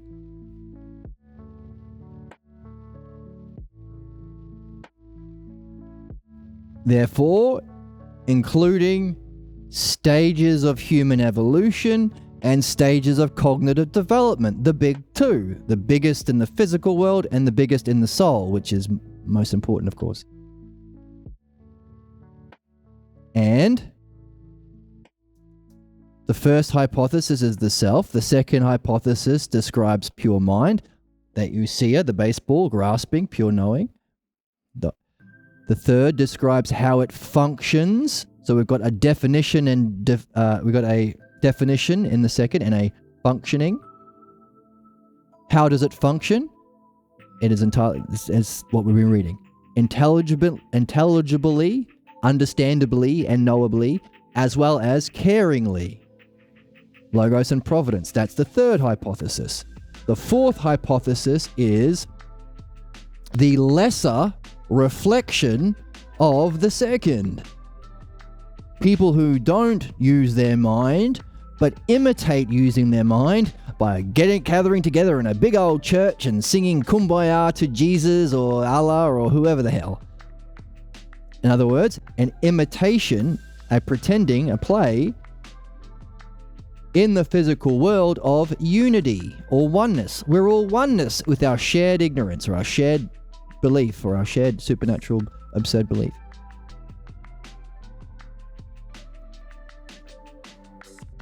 That's the fourth hypothesis. Who rules our current society? People bound together in MAGA, or bound together in fascism, or bound together in Islam, Judaism, or Christianity. What's the nature of the pathologos? As was said in the chat, sacrificing our true love, fun, love of logos, mind and self, love of learning, the fun, the trust, the recognition that you are perfect because you're a perfect representation of everything you all of the forces of your soul up until now, and you have everything needed for your excellence, so therefore you can trust in self, mind and logos and pursue what you most love with the highest possible, in the highest possible way, love and logos. That's what you sacrifice to get loyalty to the clan groups. Your clan, your MAGA, your Catholic priest or whatever. Be an altar boy. Whatever the hell you do. So here we have a kind of lesser greater reflection inherent within the dialectic, applied by Parmenides in the highest possible way. Our most ancient philosopher that we have teachings from, who taught Socrates. There's a kind of lesser and greater reflection, but also it is important to acknowledge that's where we're at now, individually and collectively. Therefore, we have to cross the logos line.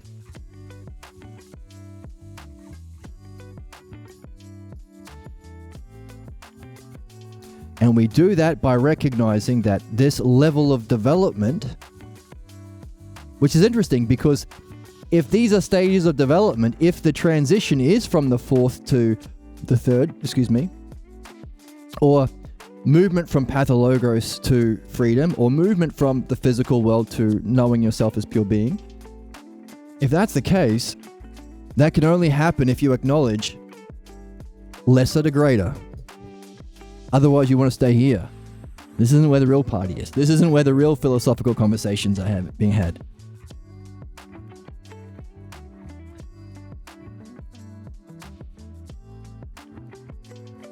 Coffee.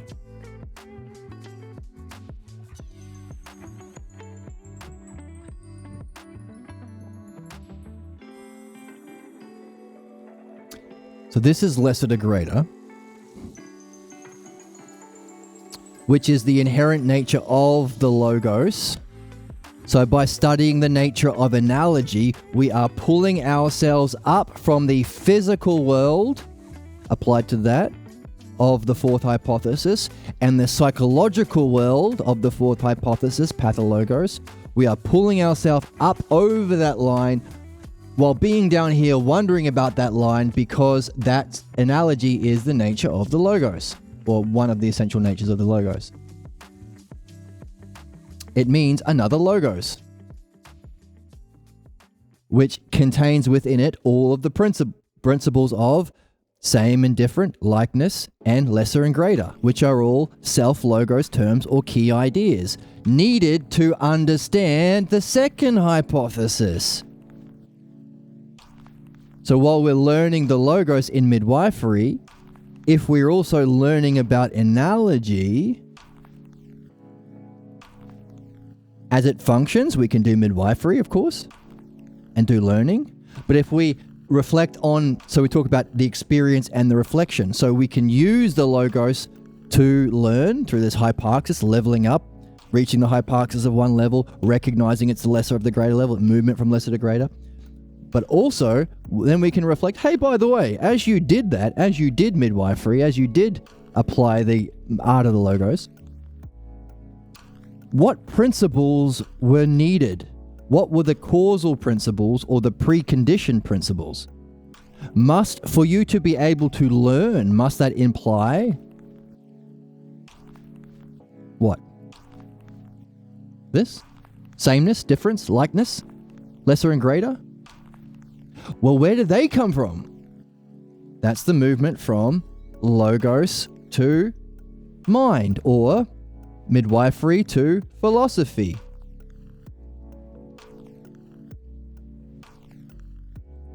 Or the third hypothesis to the second hypothesis of Parmenides.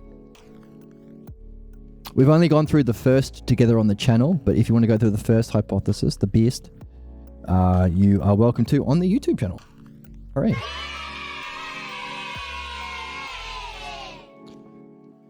So what? So lesser and greater. Understanding analogy, understanding how, by the way, that analogy or lesser to greater reflection of the second hypothesis to the fourth, that's all through the Parmenides, because there are 9 hypotheses. There's symmetry all through it.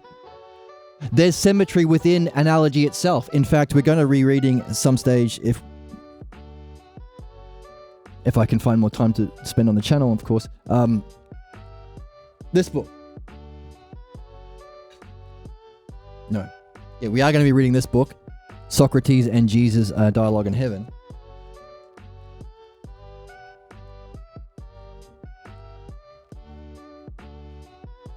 This book by this guy who wrote the book we're reading now.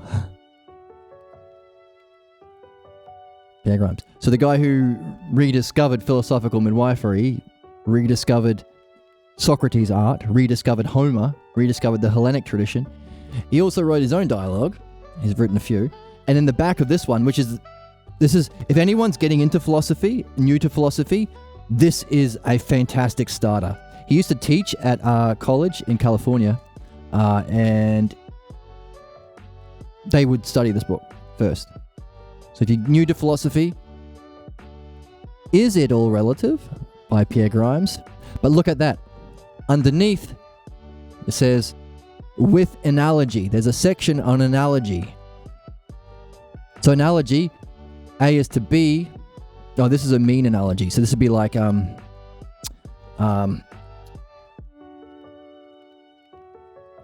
Parmenides is to Socrates as Socrates is to us. It's an analogy, but Socrates is there twice, so he sort of doubles up. That's called a mean term analogy. Whereas king is to subjects as shepherd is to sheep would be A is to B as C is to D. Anyway, look at it.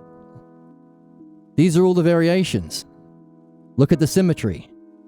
So there is amazing level of symmetry and order and harmony within analogy itself that we can get into, because that's the second section of the book. So what? So all through the 9 hypotheses of Parmenides, which is the highest reflection of the Logos, simply because it's the dialectic applied to the highest term, not because he's the coolest guy or the oldest philosopher we have or he was funny in that book. No, just anyone. If you do the dialectic on the highest term, you'll be providing the highest model. So he does that, and we got it. Which is why the book is called The Greatest Book Never Read, which is a funny title, but apt. But yeah, you'll find symmetry all through it. And that's important to do because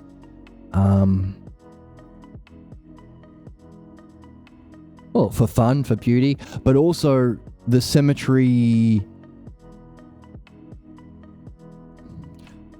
Before Pierre passed away, he presented a model of the Parmenides on a cube.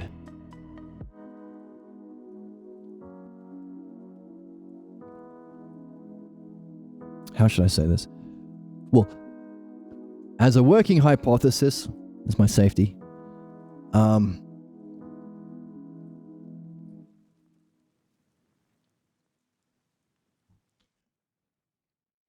the symmetries, well, the order, I'll just say it. The order and symmetry of these hypotheses not only is fun to see so you understand it and remember it, but also may have a correlation to the kinds of movements people can make. Because these would represent not only, we said about levels of dimensions, but also evolution of humanity. It's also states of mind and ways of thinking. So when you see it that way, we sort of jump between different hypotheses all day as our mood changes and stuff. But we can also progress. So our midwife wants to aid in that progression in the fun piñata way. Fun, playful way. So he'll ask directed questions, which we are learning to do by reading this book. But there may be certain kinds of movement that are easier to make if it's a movement from lesser to greater, or reflection to model, or copy to model, yeah. It might be, let's say, let's talk about experiences. Let's use the same hypotheses or same hierarchical model that if this is, by the way, if this is the top, hierarchical ordering of terms or understanding applied to self, then it's the paradigm of all paradigms. So we can legitimately apply it to states of mind or spiritual experiences. Let's do that one. The highest experience you've had. You can apply it to understanding, of course, but let's look at just experiences. What's the highest experience you've had? Now, some people might be in the 4th and say, you know what? When I'm at church on a Sunday and it's those mega churches and the band is awesome and Creed is playing. I don't know if they're really a Christian band or if that was a myth. But we're all singing and I just feel like I'm part of something greater than myself. That's like a oneness. That's the best feeling I've ever had so far that I can remember. So you'd be able to, oh, that's fourth hypothesis. I know that. Or I see that, or I recognize that. Now, they need to cross the logos line, of course. Because that's not what they're here for, to pretend and be duped. And of course, that's only an experience.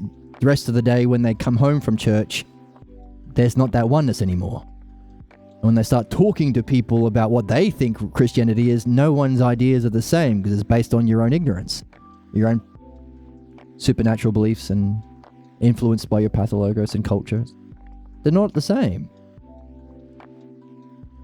So people in the fourth talk about a conflict between sometimes a good experience, but then when I'm home, terrible experience, or I feel connected sometimes when I'm by myself because I think I'm part of this collective, but then when I actually get there and I talk to these guys, they're all idiots or they're all weird, or so back and forth between opposites.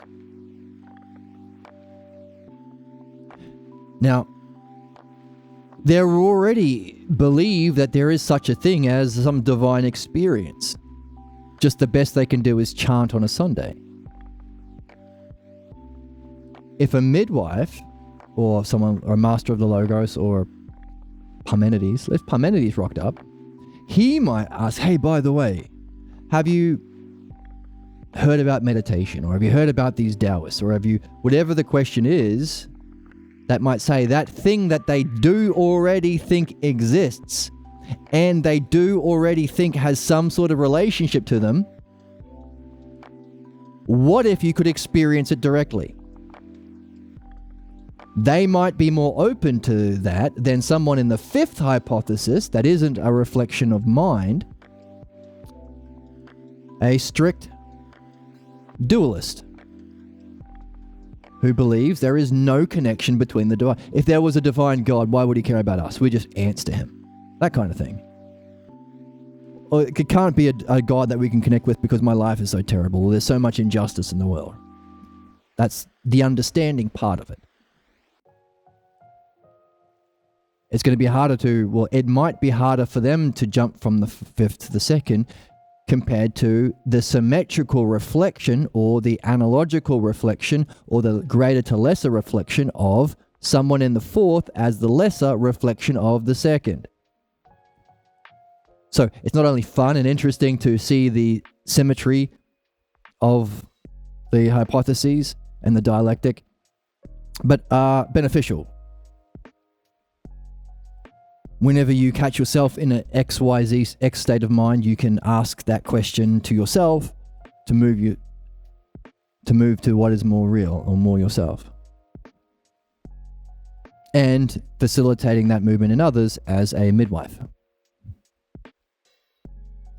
Or somebody relating with friendship or true love through understanding. That kind of way of relating to other selves and other minds. Also here discovering the Logos. So what? So this is analogy. This is how it's needed for our development. This is why people below the line can't seem to change in the significant ways that they need to change, which is discovering Logos and providence, or reason and empathy. That's why anyone who says belief or advice is dangerous, which is why you have to keep progressing to the hyparxis, but not identify with that way of thinking, because as soon as you reach the hyparxis, you go through the attic, that mystery door with the little stairs that unfold, and you climb up, and then there's like someone who's been living there, and it looks like a sort of a monster because he's been living there for 20 years in your roof. But it looks strange. That's why your parents have been hiding it in the attic. It's some sort of homunculi, genetic hybrid of human and animal that's an abomination to God himself. You'll see that. And then you'll see the ghost that lives in the attic as well, and a skeleton. But then you keep going to a more real world that is beyond that mansion that you were living in. the haunted homunculus mansion with skeletons. Because we need to use that as a hypoxis to move to a more real level. That's the analogical jump from lesser to greater. It's important to recognize that with beliefs. We're reading beliefs at the moment. That hierarchy is lesser to greater within, and belief to understanding is a lesser to greater movement. Pathologos to, or let's say prejudiced beliefs to scientific beliefs is a lesser to greater movement. False prejudices that can be disproven by evidence isn't equal to scientific beliefs that have sufficient evidence. It's needed to where we're going in philosophy. Eventually, we're going to get to this mastery of all 9 hypotheses of Parmenides. Eventually, we'll be like Parmenides ourselves, facilitating that movement through others. As a species, recognizing, oh, we're just moving from 4 to 5. And if we pick up the quest, we can fix our problems and develop a intelligible, caring world. We can see all of our problems are nothing other than reality saying, you need to do this. If you just let anything be the same and you don't judge lesser and greater, then the worst people will take over, and they have. So our quest to rediscover the logos of humans is all of our tradition. Parmenides and Zeno and Parmenides' teacher before him and Homer before him. Remember, it's not tribalism, it's not picking sides, it's not Western spirituality, it's spirituality. Remember Socrates talking to Ion? How are we going to win at the Panathenaea? Ion's from a different place. Tribalism, that's another way of saying group identity. What do group identity lack?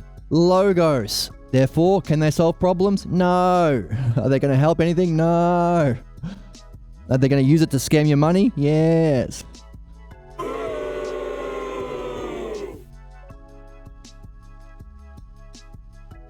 And we can understand that individually and as a species through appreciating the role of analogy within understanding, within the dialectic, within learning. And our friend in chat was pointing out, hey, by the way, all good teaching, I'm familiar with teaching children, different things, all of these different areas through which children learn, or different subjects, it applies to that. If you let them lead with fun,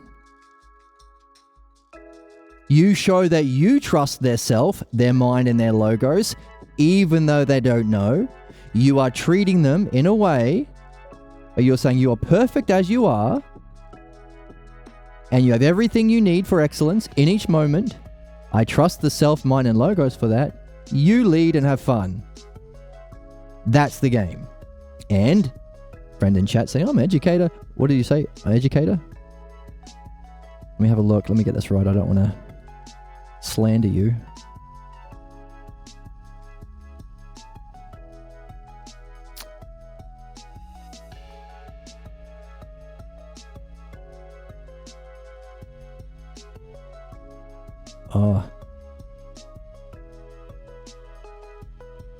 Oh, here it is.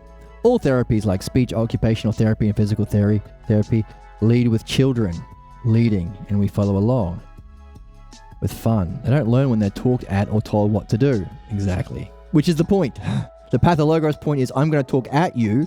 I'm going to tell you what to think. I'm going to give you advice. So you don't learn. Because I don't want you to learn. We already know everything. Our family is best family. That's what Achilles thought. That's the family curse. Everyone thinks that. The Jewish families that support the genocide. We don't have to learn anything. We already know we're right. I don't understand. You guys are crazy. Exactly. Being told means no learning. And it's fun. Right. So you're creating the same conditions of analogy, is what we're saying. Sorry, well, that sentence didn't make sense. That's me rewinding the tape. Right, so what we've understood is analogy, which helps us make sense of what was shared in chat about childhood education. So we understand why letting them learn works, or letting them lead with fun works. It's these principles. We also better be aware that we are not influencing them by our own pathologos, which means we'd also need to be doing midwifery ourselves.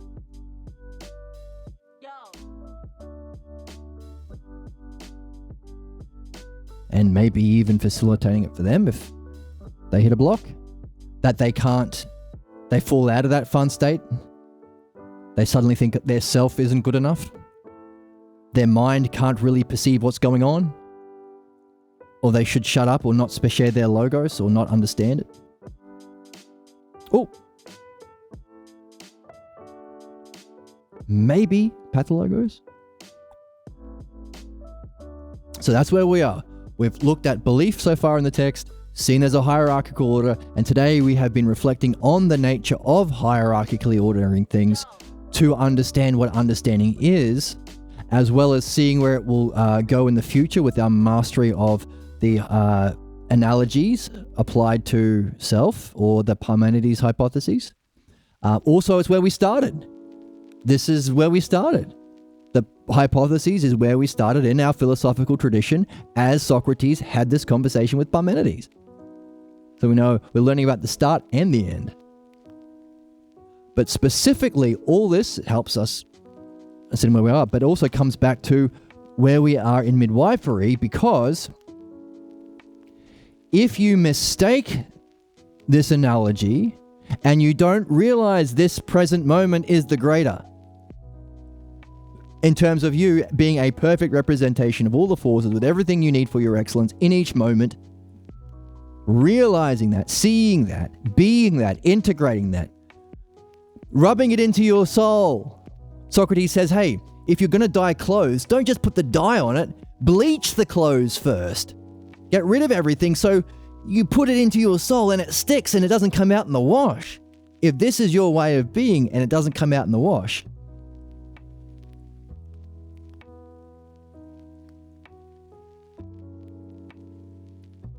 I was thinking about laundry and I got distracted. I just did some laundry. Oh my goodness. This is the benefit of doing philosophy outside of your physical body. You have less worry about laundry. Which is I'm referring to the Phaedo. Socrates says, by the way, if you can pull off yoga, or separating from the physical senses to see higher levels, just do philosophy. It's going to be easier to do philosophy. What else are you going to do? Fly around, see the Eiffel Tower? Be a tourist? Come on, do philosophy.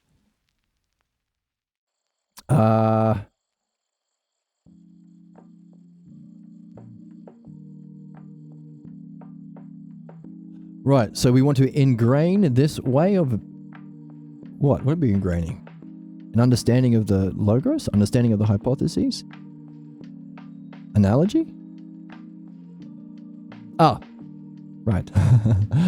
Ingrain into your soul your understanding, everything, to show yourself that, to convince yourself that self, mind, and logos is the most noble and divine, and you have everything you need if you follow the logos with fun and wonder, such that it is so ingrained into your soul, you're always yourself, you're always fun, you're always functioning through the logos, artfully to benefit this life and the next. So you don't choose to come back as a Labrador, well, you don't choose to come back at all. Or if you do choose to come back, you choose to come back where you can learn this again, because it's baked in you. It's baked. It's died into your soul in that way that I was describing.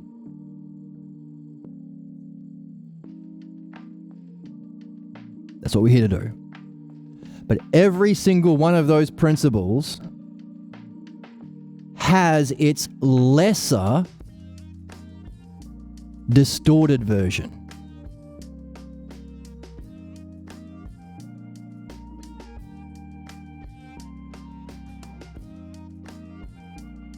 Oh, before we get onto that, go back to the positive. Go back before we go to the negative, the positive.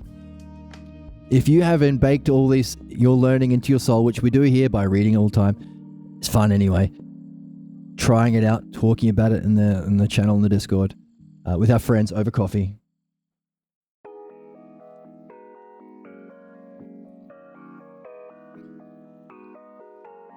That's the kind of learning that we are here to do, according to Socrates, so that we can take it with us wherever we find ourselves, even if we're choosing a next life or in another dimension. So what? Right, which is a recognition of this is the greatest for you. The present. It's perfect. You have everything you need to see self-mind logos right now, in always.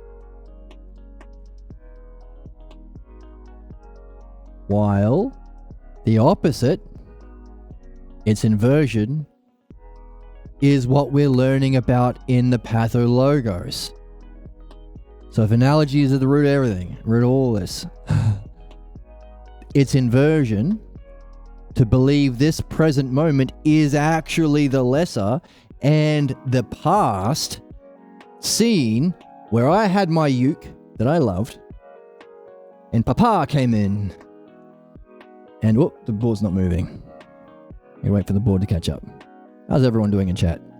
My goodness, it's been 4 hours. I didn't expect that. Here we go. So Papa says, hey, don't, you must believe and follow me, and whatever he says. This is the greater. The present is the lesser as they approach me when I'm playing. And they project, this is what projection is.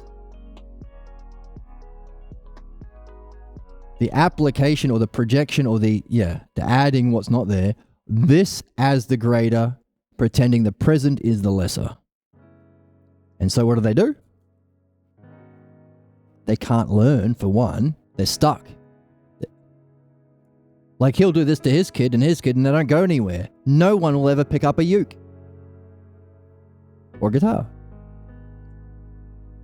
And what's his, without realizing this, learning for yourself through this understanding to a hypoxis, that can then be, but no hypoxis. You can't leave the clan. You can't not be Catholic. You can't not be a Smith. You can't not be a Jew. That's the worst thing. No hypoxis, no learning, just belief and do what you're told. So it's all based on imitation. Because what's the learning based on if it's not based on the logos, which is analogy, and therefore necessitates hypoxis, necessitates different dimensions, necessitates them being intelligible, necessitates it's for everyone and how we learn understanding and empathy and solve all goddamn human problems. It's not based on analogy, it has to be based on imitation. Distorted version of analogy. So it's still analogy, but imitation. So he thinks he's it. This is the height. This is the limit. He's number one now. Everything he's done, the way he approaches and the way he looks at me and all this stuff has just been build-ups to him reaching his state of what he thinks is enlightenment. His pathologos tells him is enlightenment. It's nothing other than imitating this. So dad saying, put that in that uke and follow whatever. So too, he'll say, let me force my advice on you. That's the pathologos. And you can see them. They're obvious. Because they're the gross people and the bad energy people and the people who aren't singing, aren't dancing, who aren't having fun.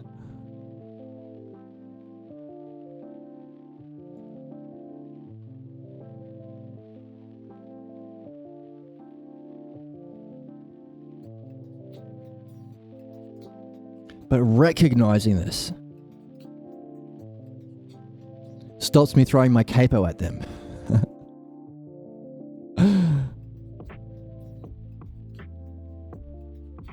Because they're just doing their best. And quite often when they see me with the uke and they are like that, it's because they value it. It's like what they loved and can't progress through or can't get back to or can't pick up again.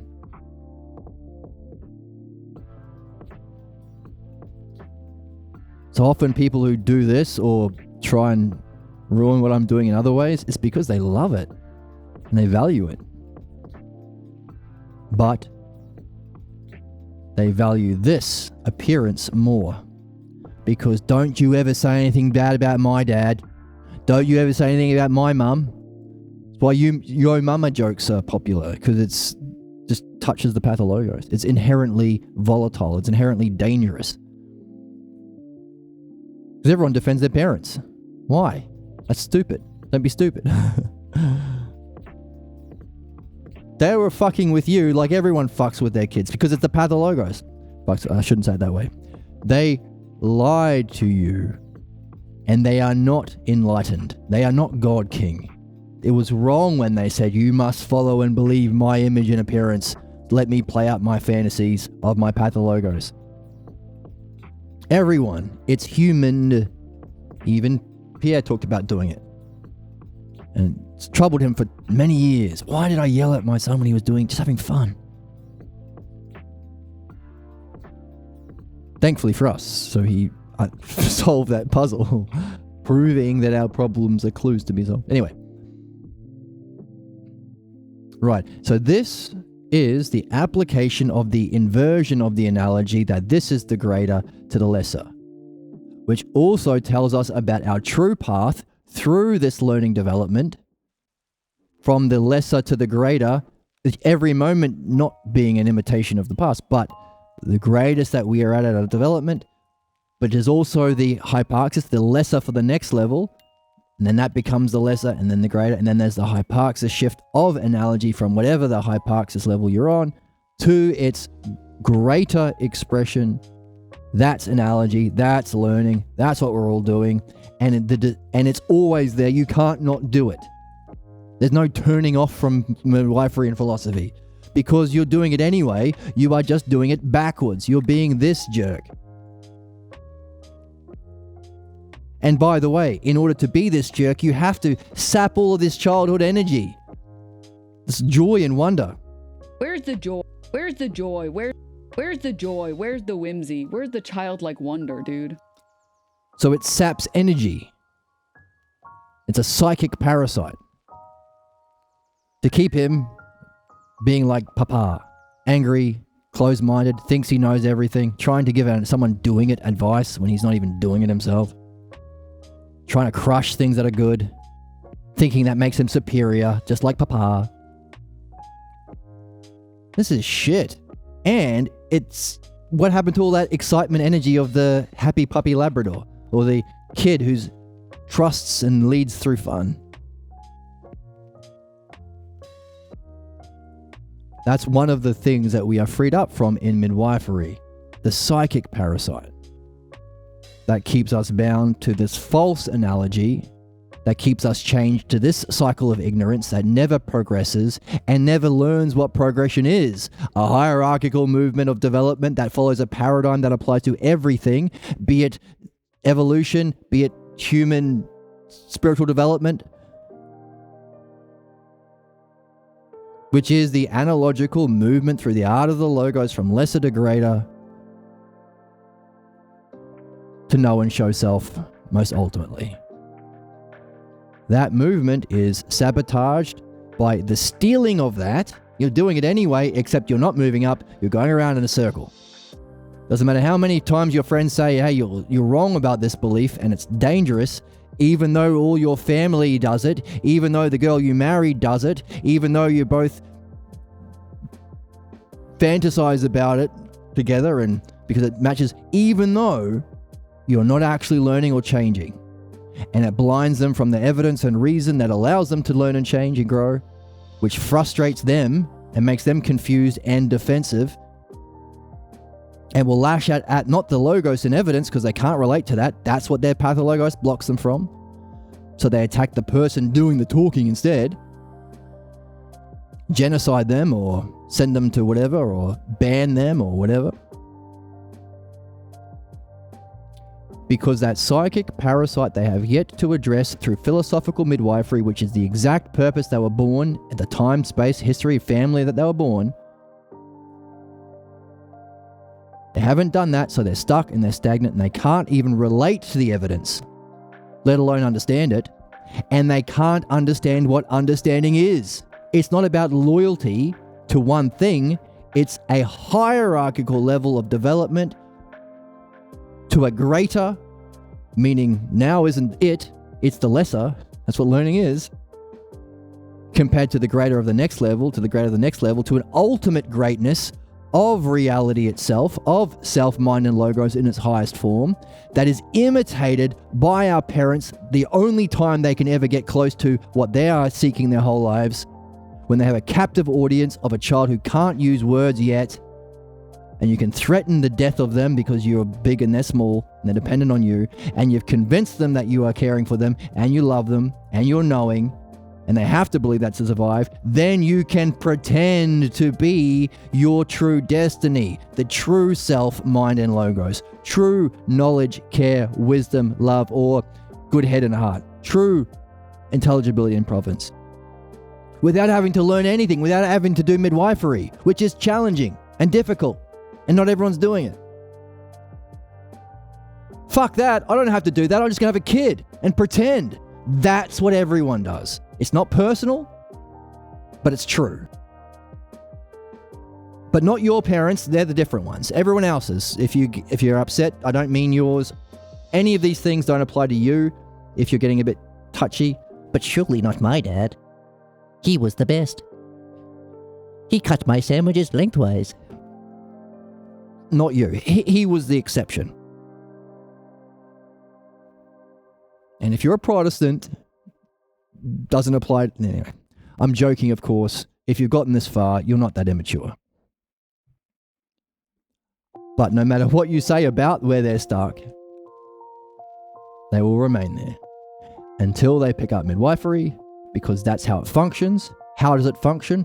To usurp analogy and use it in the opposite way because of a loyalty to this jerk pretending to be something he's not and hasn't earned through or developed into through midwifery, philosophical midwifery,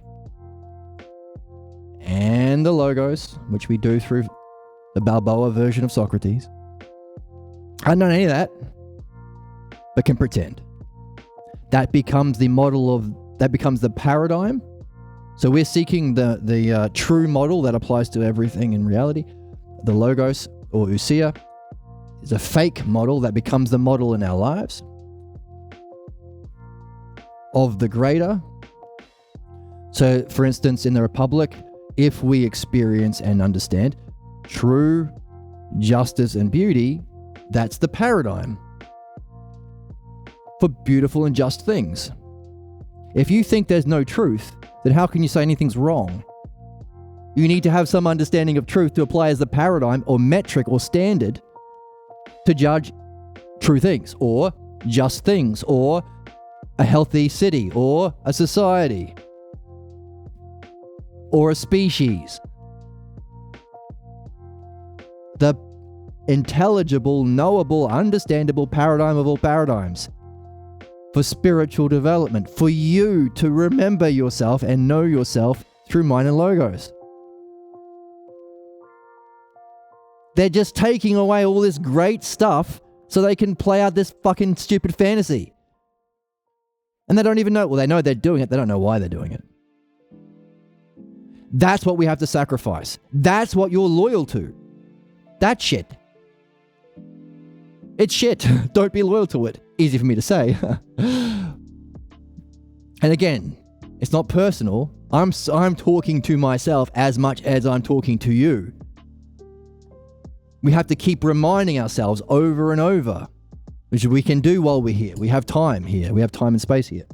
so we can repeat and nurture our soul and learn by reminding ourselves, hey, that thing you're loyal to that's causing you problems, it ain't really beauty. It's not really justice. And look at what he's stealing. The worst kind of thief. Don't be loyal to it, is what we have to remind ourselves over and over again. Because we must be so goddamn loyal to it. We must think it's so real and beautiful that even enlightenment experiences can't convince you that that's not the real. Which is why people have had enlightenment experiences and go back to their problems. Whether it's a hippie a week after the acid trip, or if it's a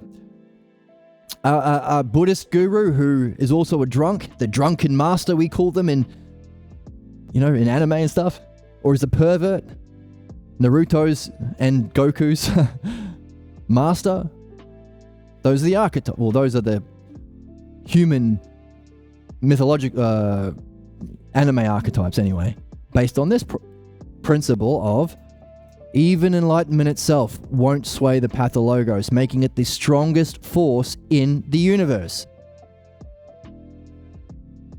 Which is fascinating and interesting and fun and whimsical.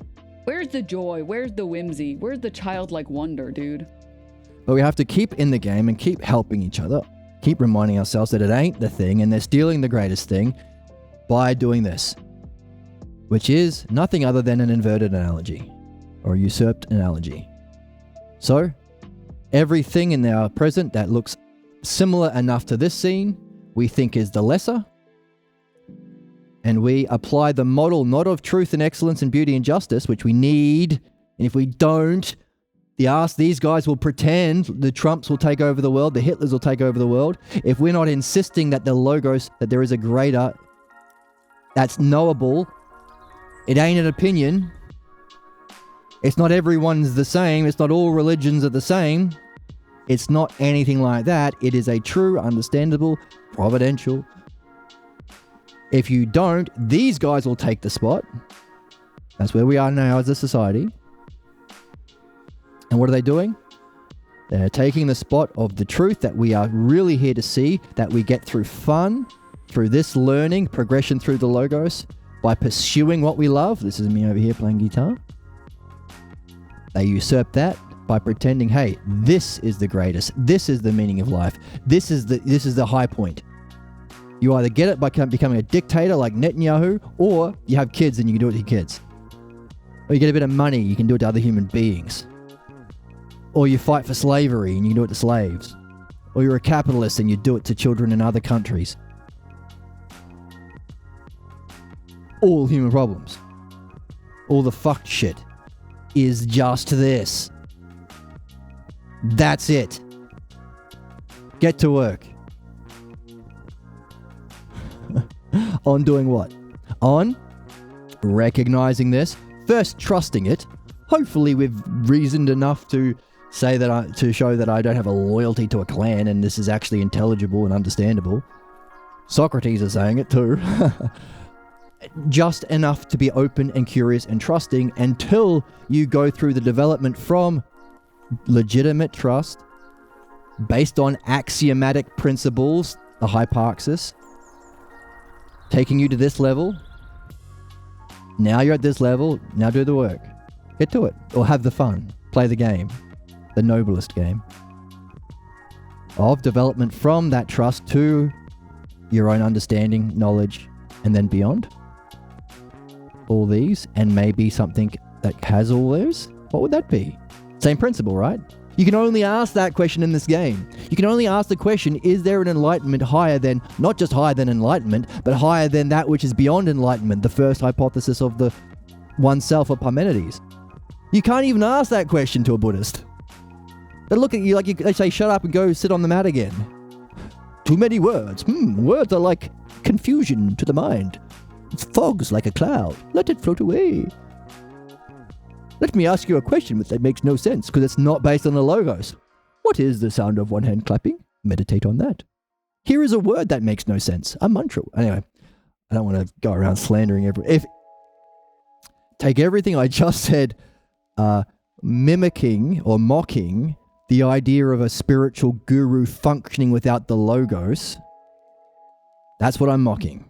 Because add the logos, do it properly, come on. But if it's a method that allows you to have different higher experiences that are legitimate or maintain, then use them. All we're saying is add the logos too. Famously, Pierre Grimes, before he was appointed the next in line to be the Buddha or the Dharma successor of the Korean Buddhist line, only a white person to. Anyway, he was famously meditating in Zendos. He was doing this. He'd have his notepad and write down his pathologo, the clues about his pathologos blocks whenever they came up. And when he walked around the building, he would ask people about their blocks, which had the effect of helping more people have better experiences.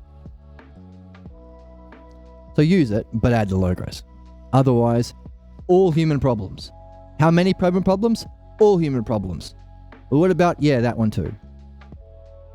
But can we solve it another way? Sorry, no. But I don't like that. Well then why? Because it's fun and it's works and it's. How many methods do you want? Why not have an understanding of it? Have we used it, tried it yet? No. Do we need to? Yep. Otherwise, you're this guy.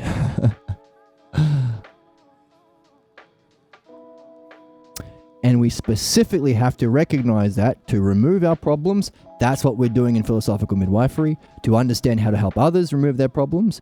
That's the application of it as a midwife, or as we share what we learn, which is part of it. It's not just self and mind, it's self and mind and logos. But also freeing us from this distorted or false or usurped analogy of the present is the lesser to this greater experience. Freeing us from that. Seeing him and speaking up. Hey, this guy, go back to this scene. If you want to go back to your uke, you have to first go back to this. You have to at the same time. Yeah, actually, go back to your uke, I would say. You'll have to also go back to the scene because this guy, you won't even need him. You can do it to yourself. Whatever he said, you'll say to yourself. Or you'll find yourself running into critters like that on the street who say it to you. Because you've got to address it. That's why you put the uke down. That's why you're here. So, go back to the uke. Go back to your object of love. Bringing with it the logos, of course. But you also have to go back to this. Address the logos. Address his words. And address him and his functioning. And address his state of mind.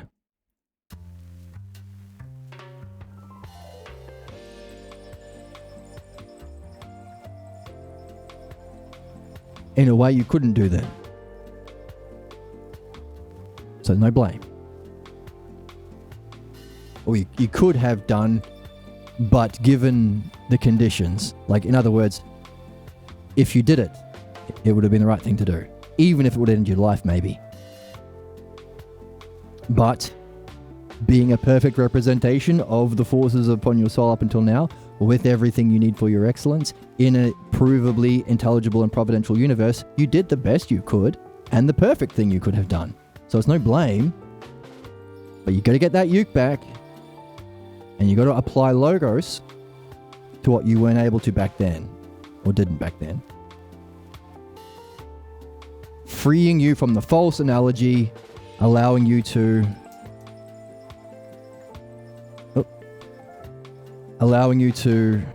seek the truth, the true model, the true nature of mind, self, and reality in philosophy here. Which is nothing other than going back to this childlike wonder. Where's the joy? Where's the whimsy? Where's the childlike wonder, dude? Only in a more, mature form? Because you're bringing back the logos with you. So yeah, well said in the chat. It's like this state. The flow state is kind of like this childish wonder, like a aporia or being stung in the Meno. Now, That ends the review of where we are in the philosophical midwifery book. But look at that conclusion. The childlike wonder, not the certainty of this jerk up here, not him or him. No, the kid playing.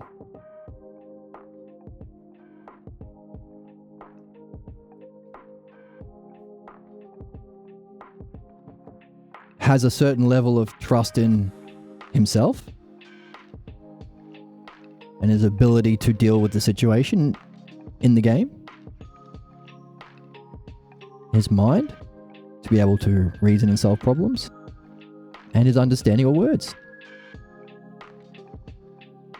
He's all of it. And we had it. And we have it as children, or when we're in the state. All of them.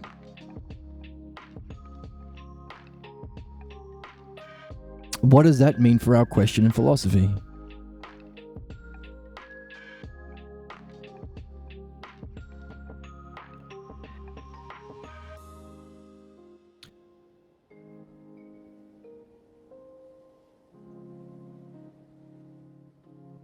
This is the first hypothesis of Parmenides.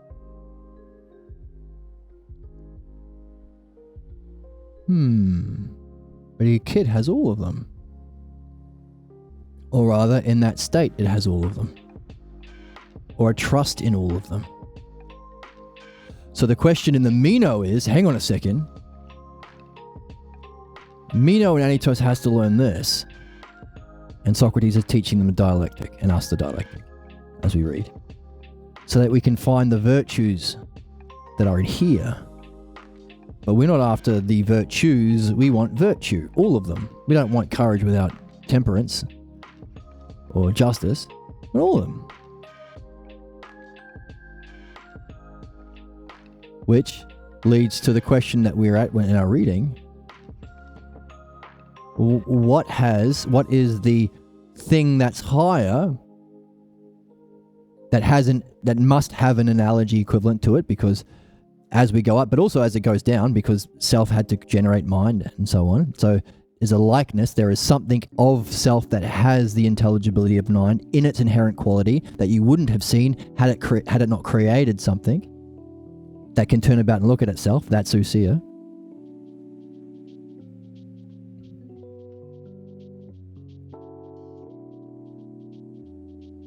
So that which has therefore scope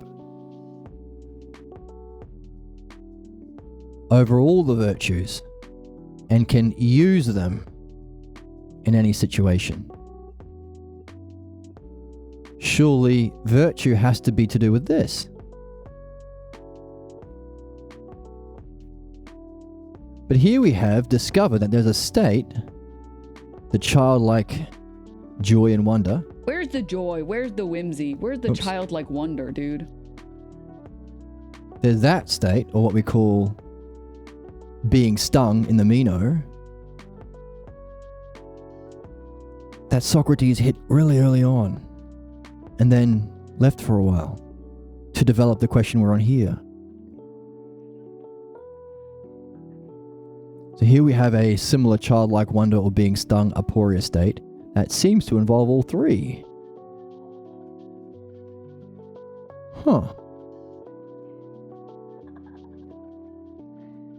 Socrates did say self coordinated with nous or intellect. So intellect involves both. With understanding. So Socrates is talking about using both, but having to have here. I don't know, does that help our question in the Meno? If you're following along in real time. What does that state of mind have to do with the movement that Socrates has been talking about, taking Meno and Anytos, trying to take them through this development? Because Socrates is saying, hey, this isn't even it. You got to go one step higher. But oh, by the way, there's this other thing we've been talking about, being stung, being curious, open. That has all three of them. What does that mean? I don't know, but it's significant. And that we can add that to my question and your question if you're following along in the reading of the Meno. So, what did we just do? We have understood analogy, which is where we are in the text, how it applies to the other part of the text, where we're at now, belief, because we're at belief and analogy, chapter 3. And we've seen how important it is, the stakes, to motivate us and whatever. Keep going. Just keep going. Always keep going. Keep going, keep going, keep going. And make sure you read that section of the Meno when Socrates talks about if you keep going in this way, you know what will happen? Remember, I go back to that. So we've talked about where we are now, how it applies to, we're up to analogy, how it applies to belief, also the stakes, but also how we need to free ourselves from this so we can do the real version. The pathologos is a kind of inversion of the real version, and find the true greater that our physical world is a lesser of, and now allowing us for that analogical hypaxis learning movement or jump to truth reality, and learn to do that often as a principle so we can go even beyond that. But also, by putting the two together today, seeing this guy and how he's a reflection of real learning and what's needed in the world, we have shown that midwifery, zoom in a bit,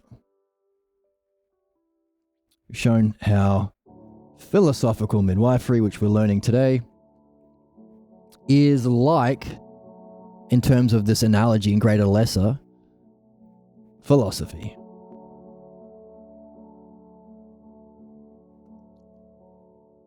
As lesser is to greater.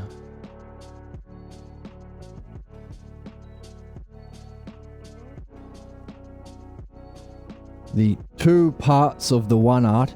Now, formally, I think we call both these together as midwifery, or the complete art of midwifery, but recognizing they're two different kinds of things. Uses, by the way, two different kind of uses of the same dialectic, by the way. The two activities we do reflect the nature of activity itself. The two things we're here to learn and master reflect learning and mastership itself, themselves being lesser or greater. The only difference is this one has a problem. What binds us to our problems and our inability to participate in reason and evidence to change our problems is the greater is to lesser, while this is the lesser is to greater.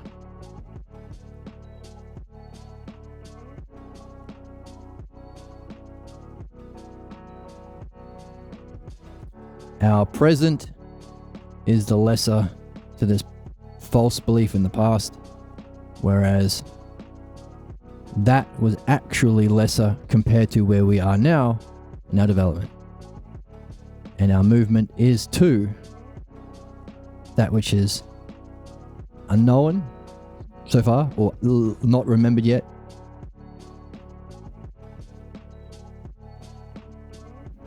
Another way of understanding these two. Midwifery is lesser because it goes from sickness to health, whereas this is the greater. It goes from health to excellence. There's the doctor on your football team. There's the coach.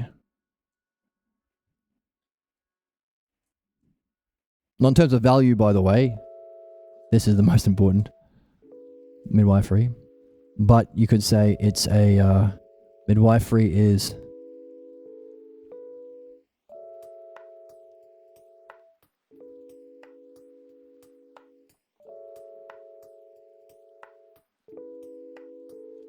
lesser is to greater without hyparxis. Whereas with the true greater, that's because it has the greater lacks certain key terms. That makes it different because analogy has to have sameness and difference. So it's the same in that they both apply this lesser to greater analogy, but it's different in that it lacks certain key things that philosophy has. And my question to you, so I'm not the only one doing all the work, what are the essential things that is lacked in this midwifery or pathologos expression of lesser to greater that is in the philosophical or the true expression of lesser to greater that allows for all the things we need for learning, like movement, play, fun, evolution, solving human problems, all that awesome kick-ass stuff, all the piñatas and fruit punch that's involved in what we do in this game, which is actually both games together. So the pathologos. How about this? Let's clean this up a little bit and say, how about this? The pathologos that we address in midwifery is the lesser compared to the logos. Same and different, right? This still talks about beauty. Trump still goes, it's the big beautiful, literally at the time of recording, he passed the bill that took away lunches and childcare to children in America to send money to billionaires who are spending it on bombs to drop on children in Palestine. He called it the big beautiful bill. Ever notice Trump always uses it beautiful? He doesn't have to explain it. He just says, oh, beauty. You like beauty, right? Yeah, I like beauty. Well, this is a beautiful deal. This is a beautiful president. This is a beautiful wall. This is a beautiful bill. He's cheating. He's just using the words from philosophy. Not doing anything else. Not providing any logos. Same as it always is, if you see it.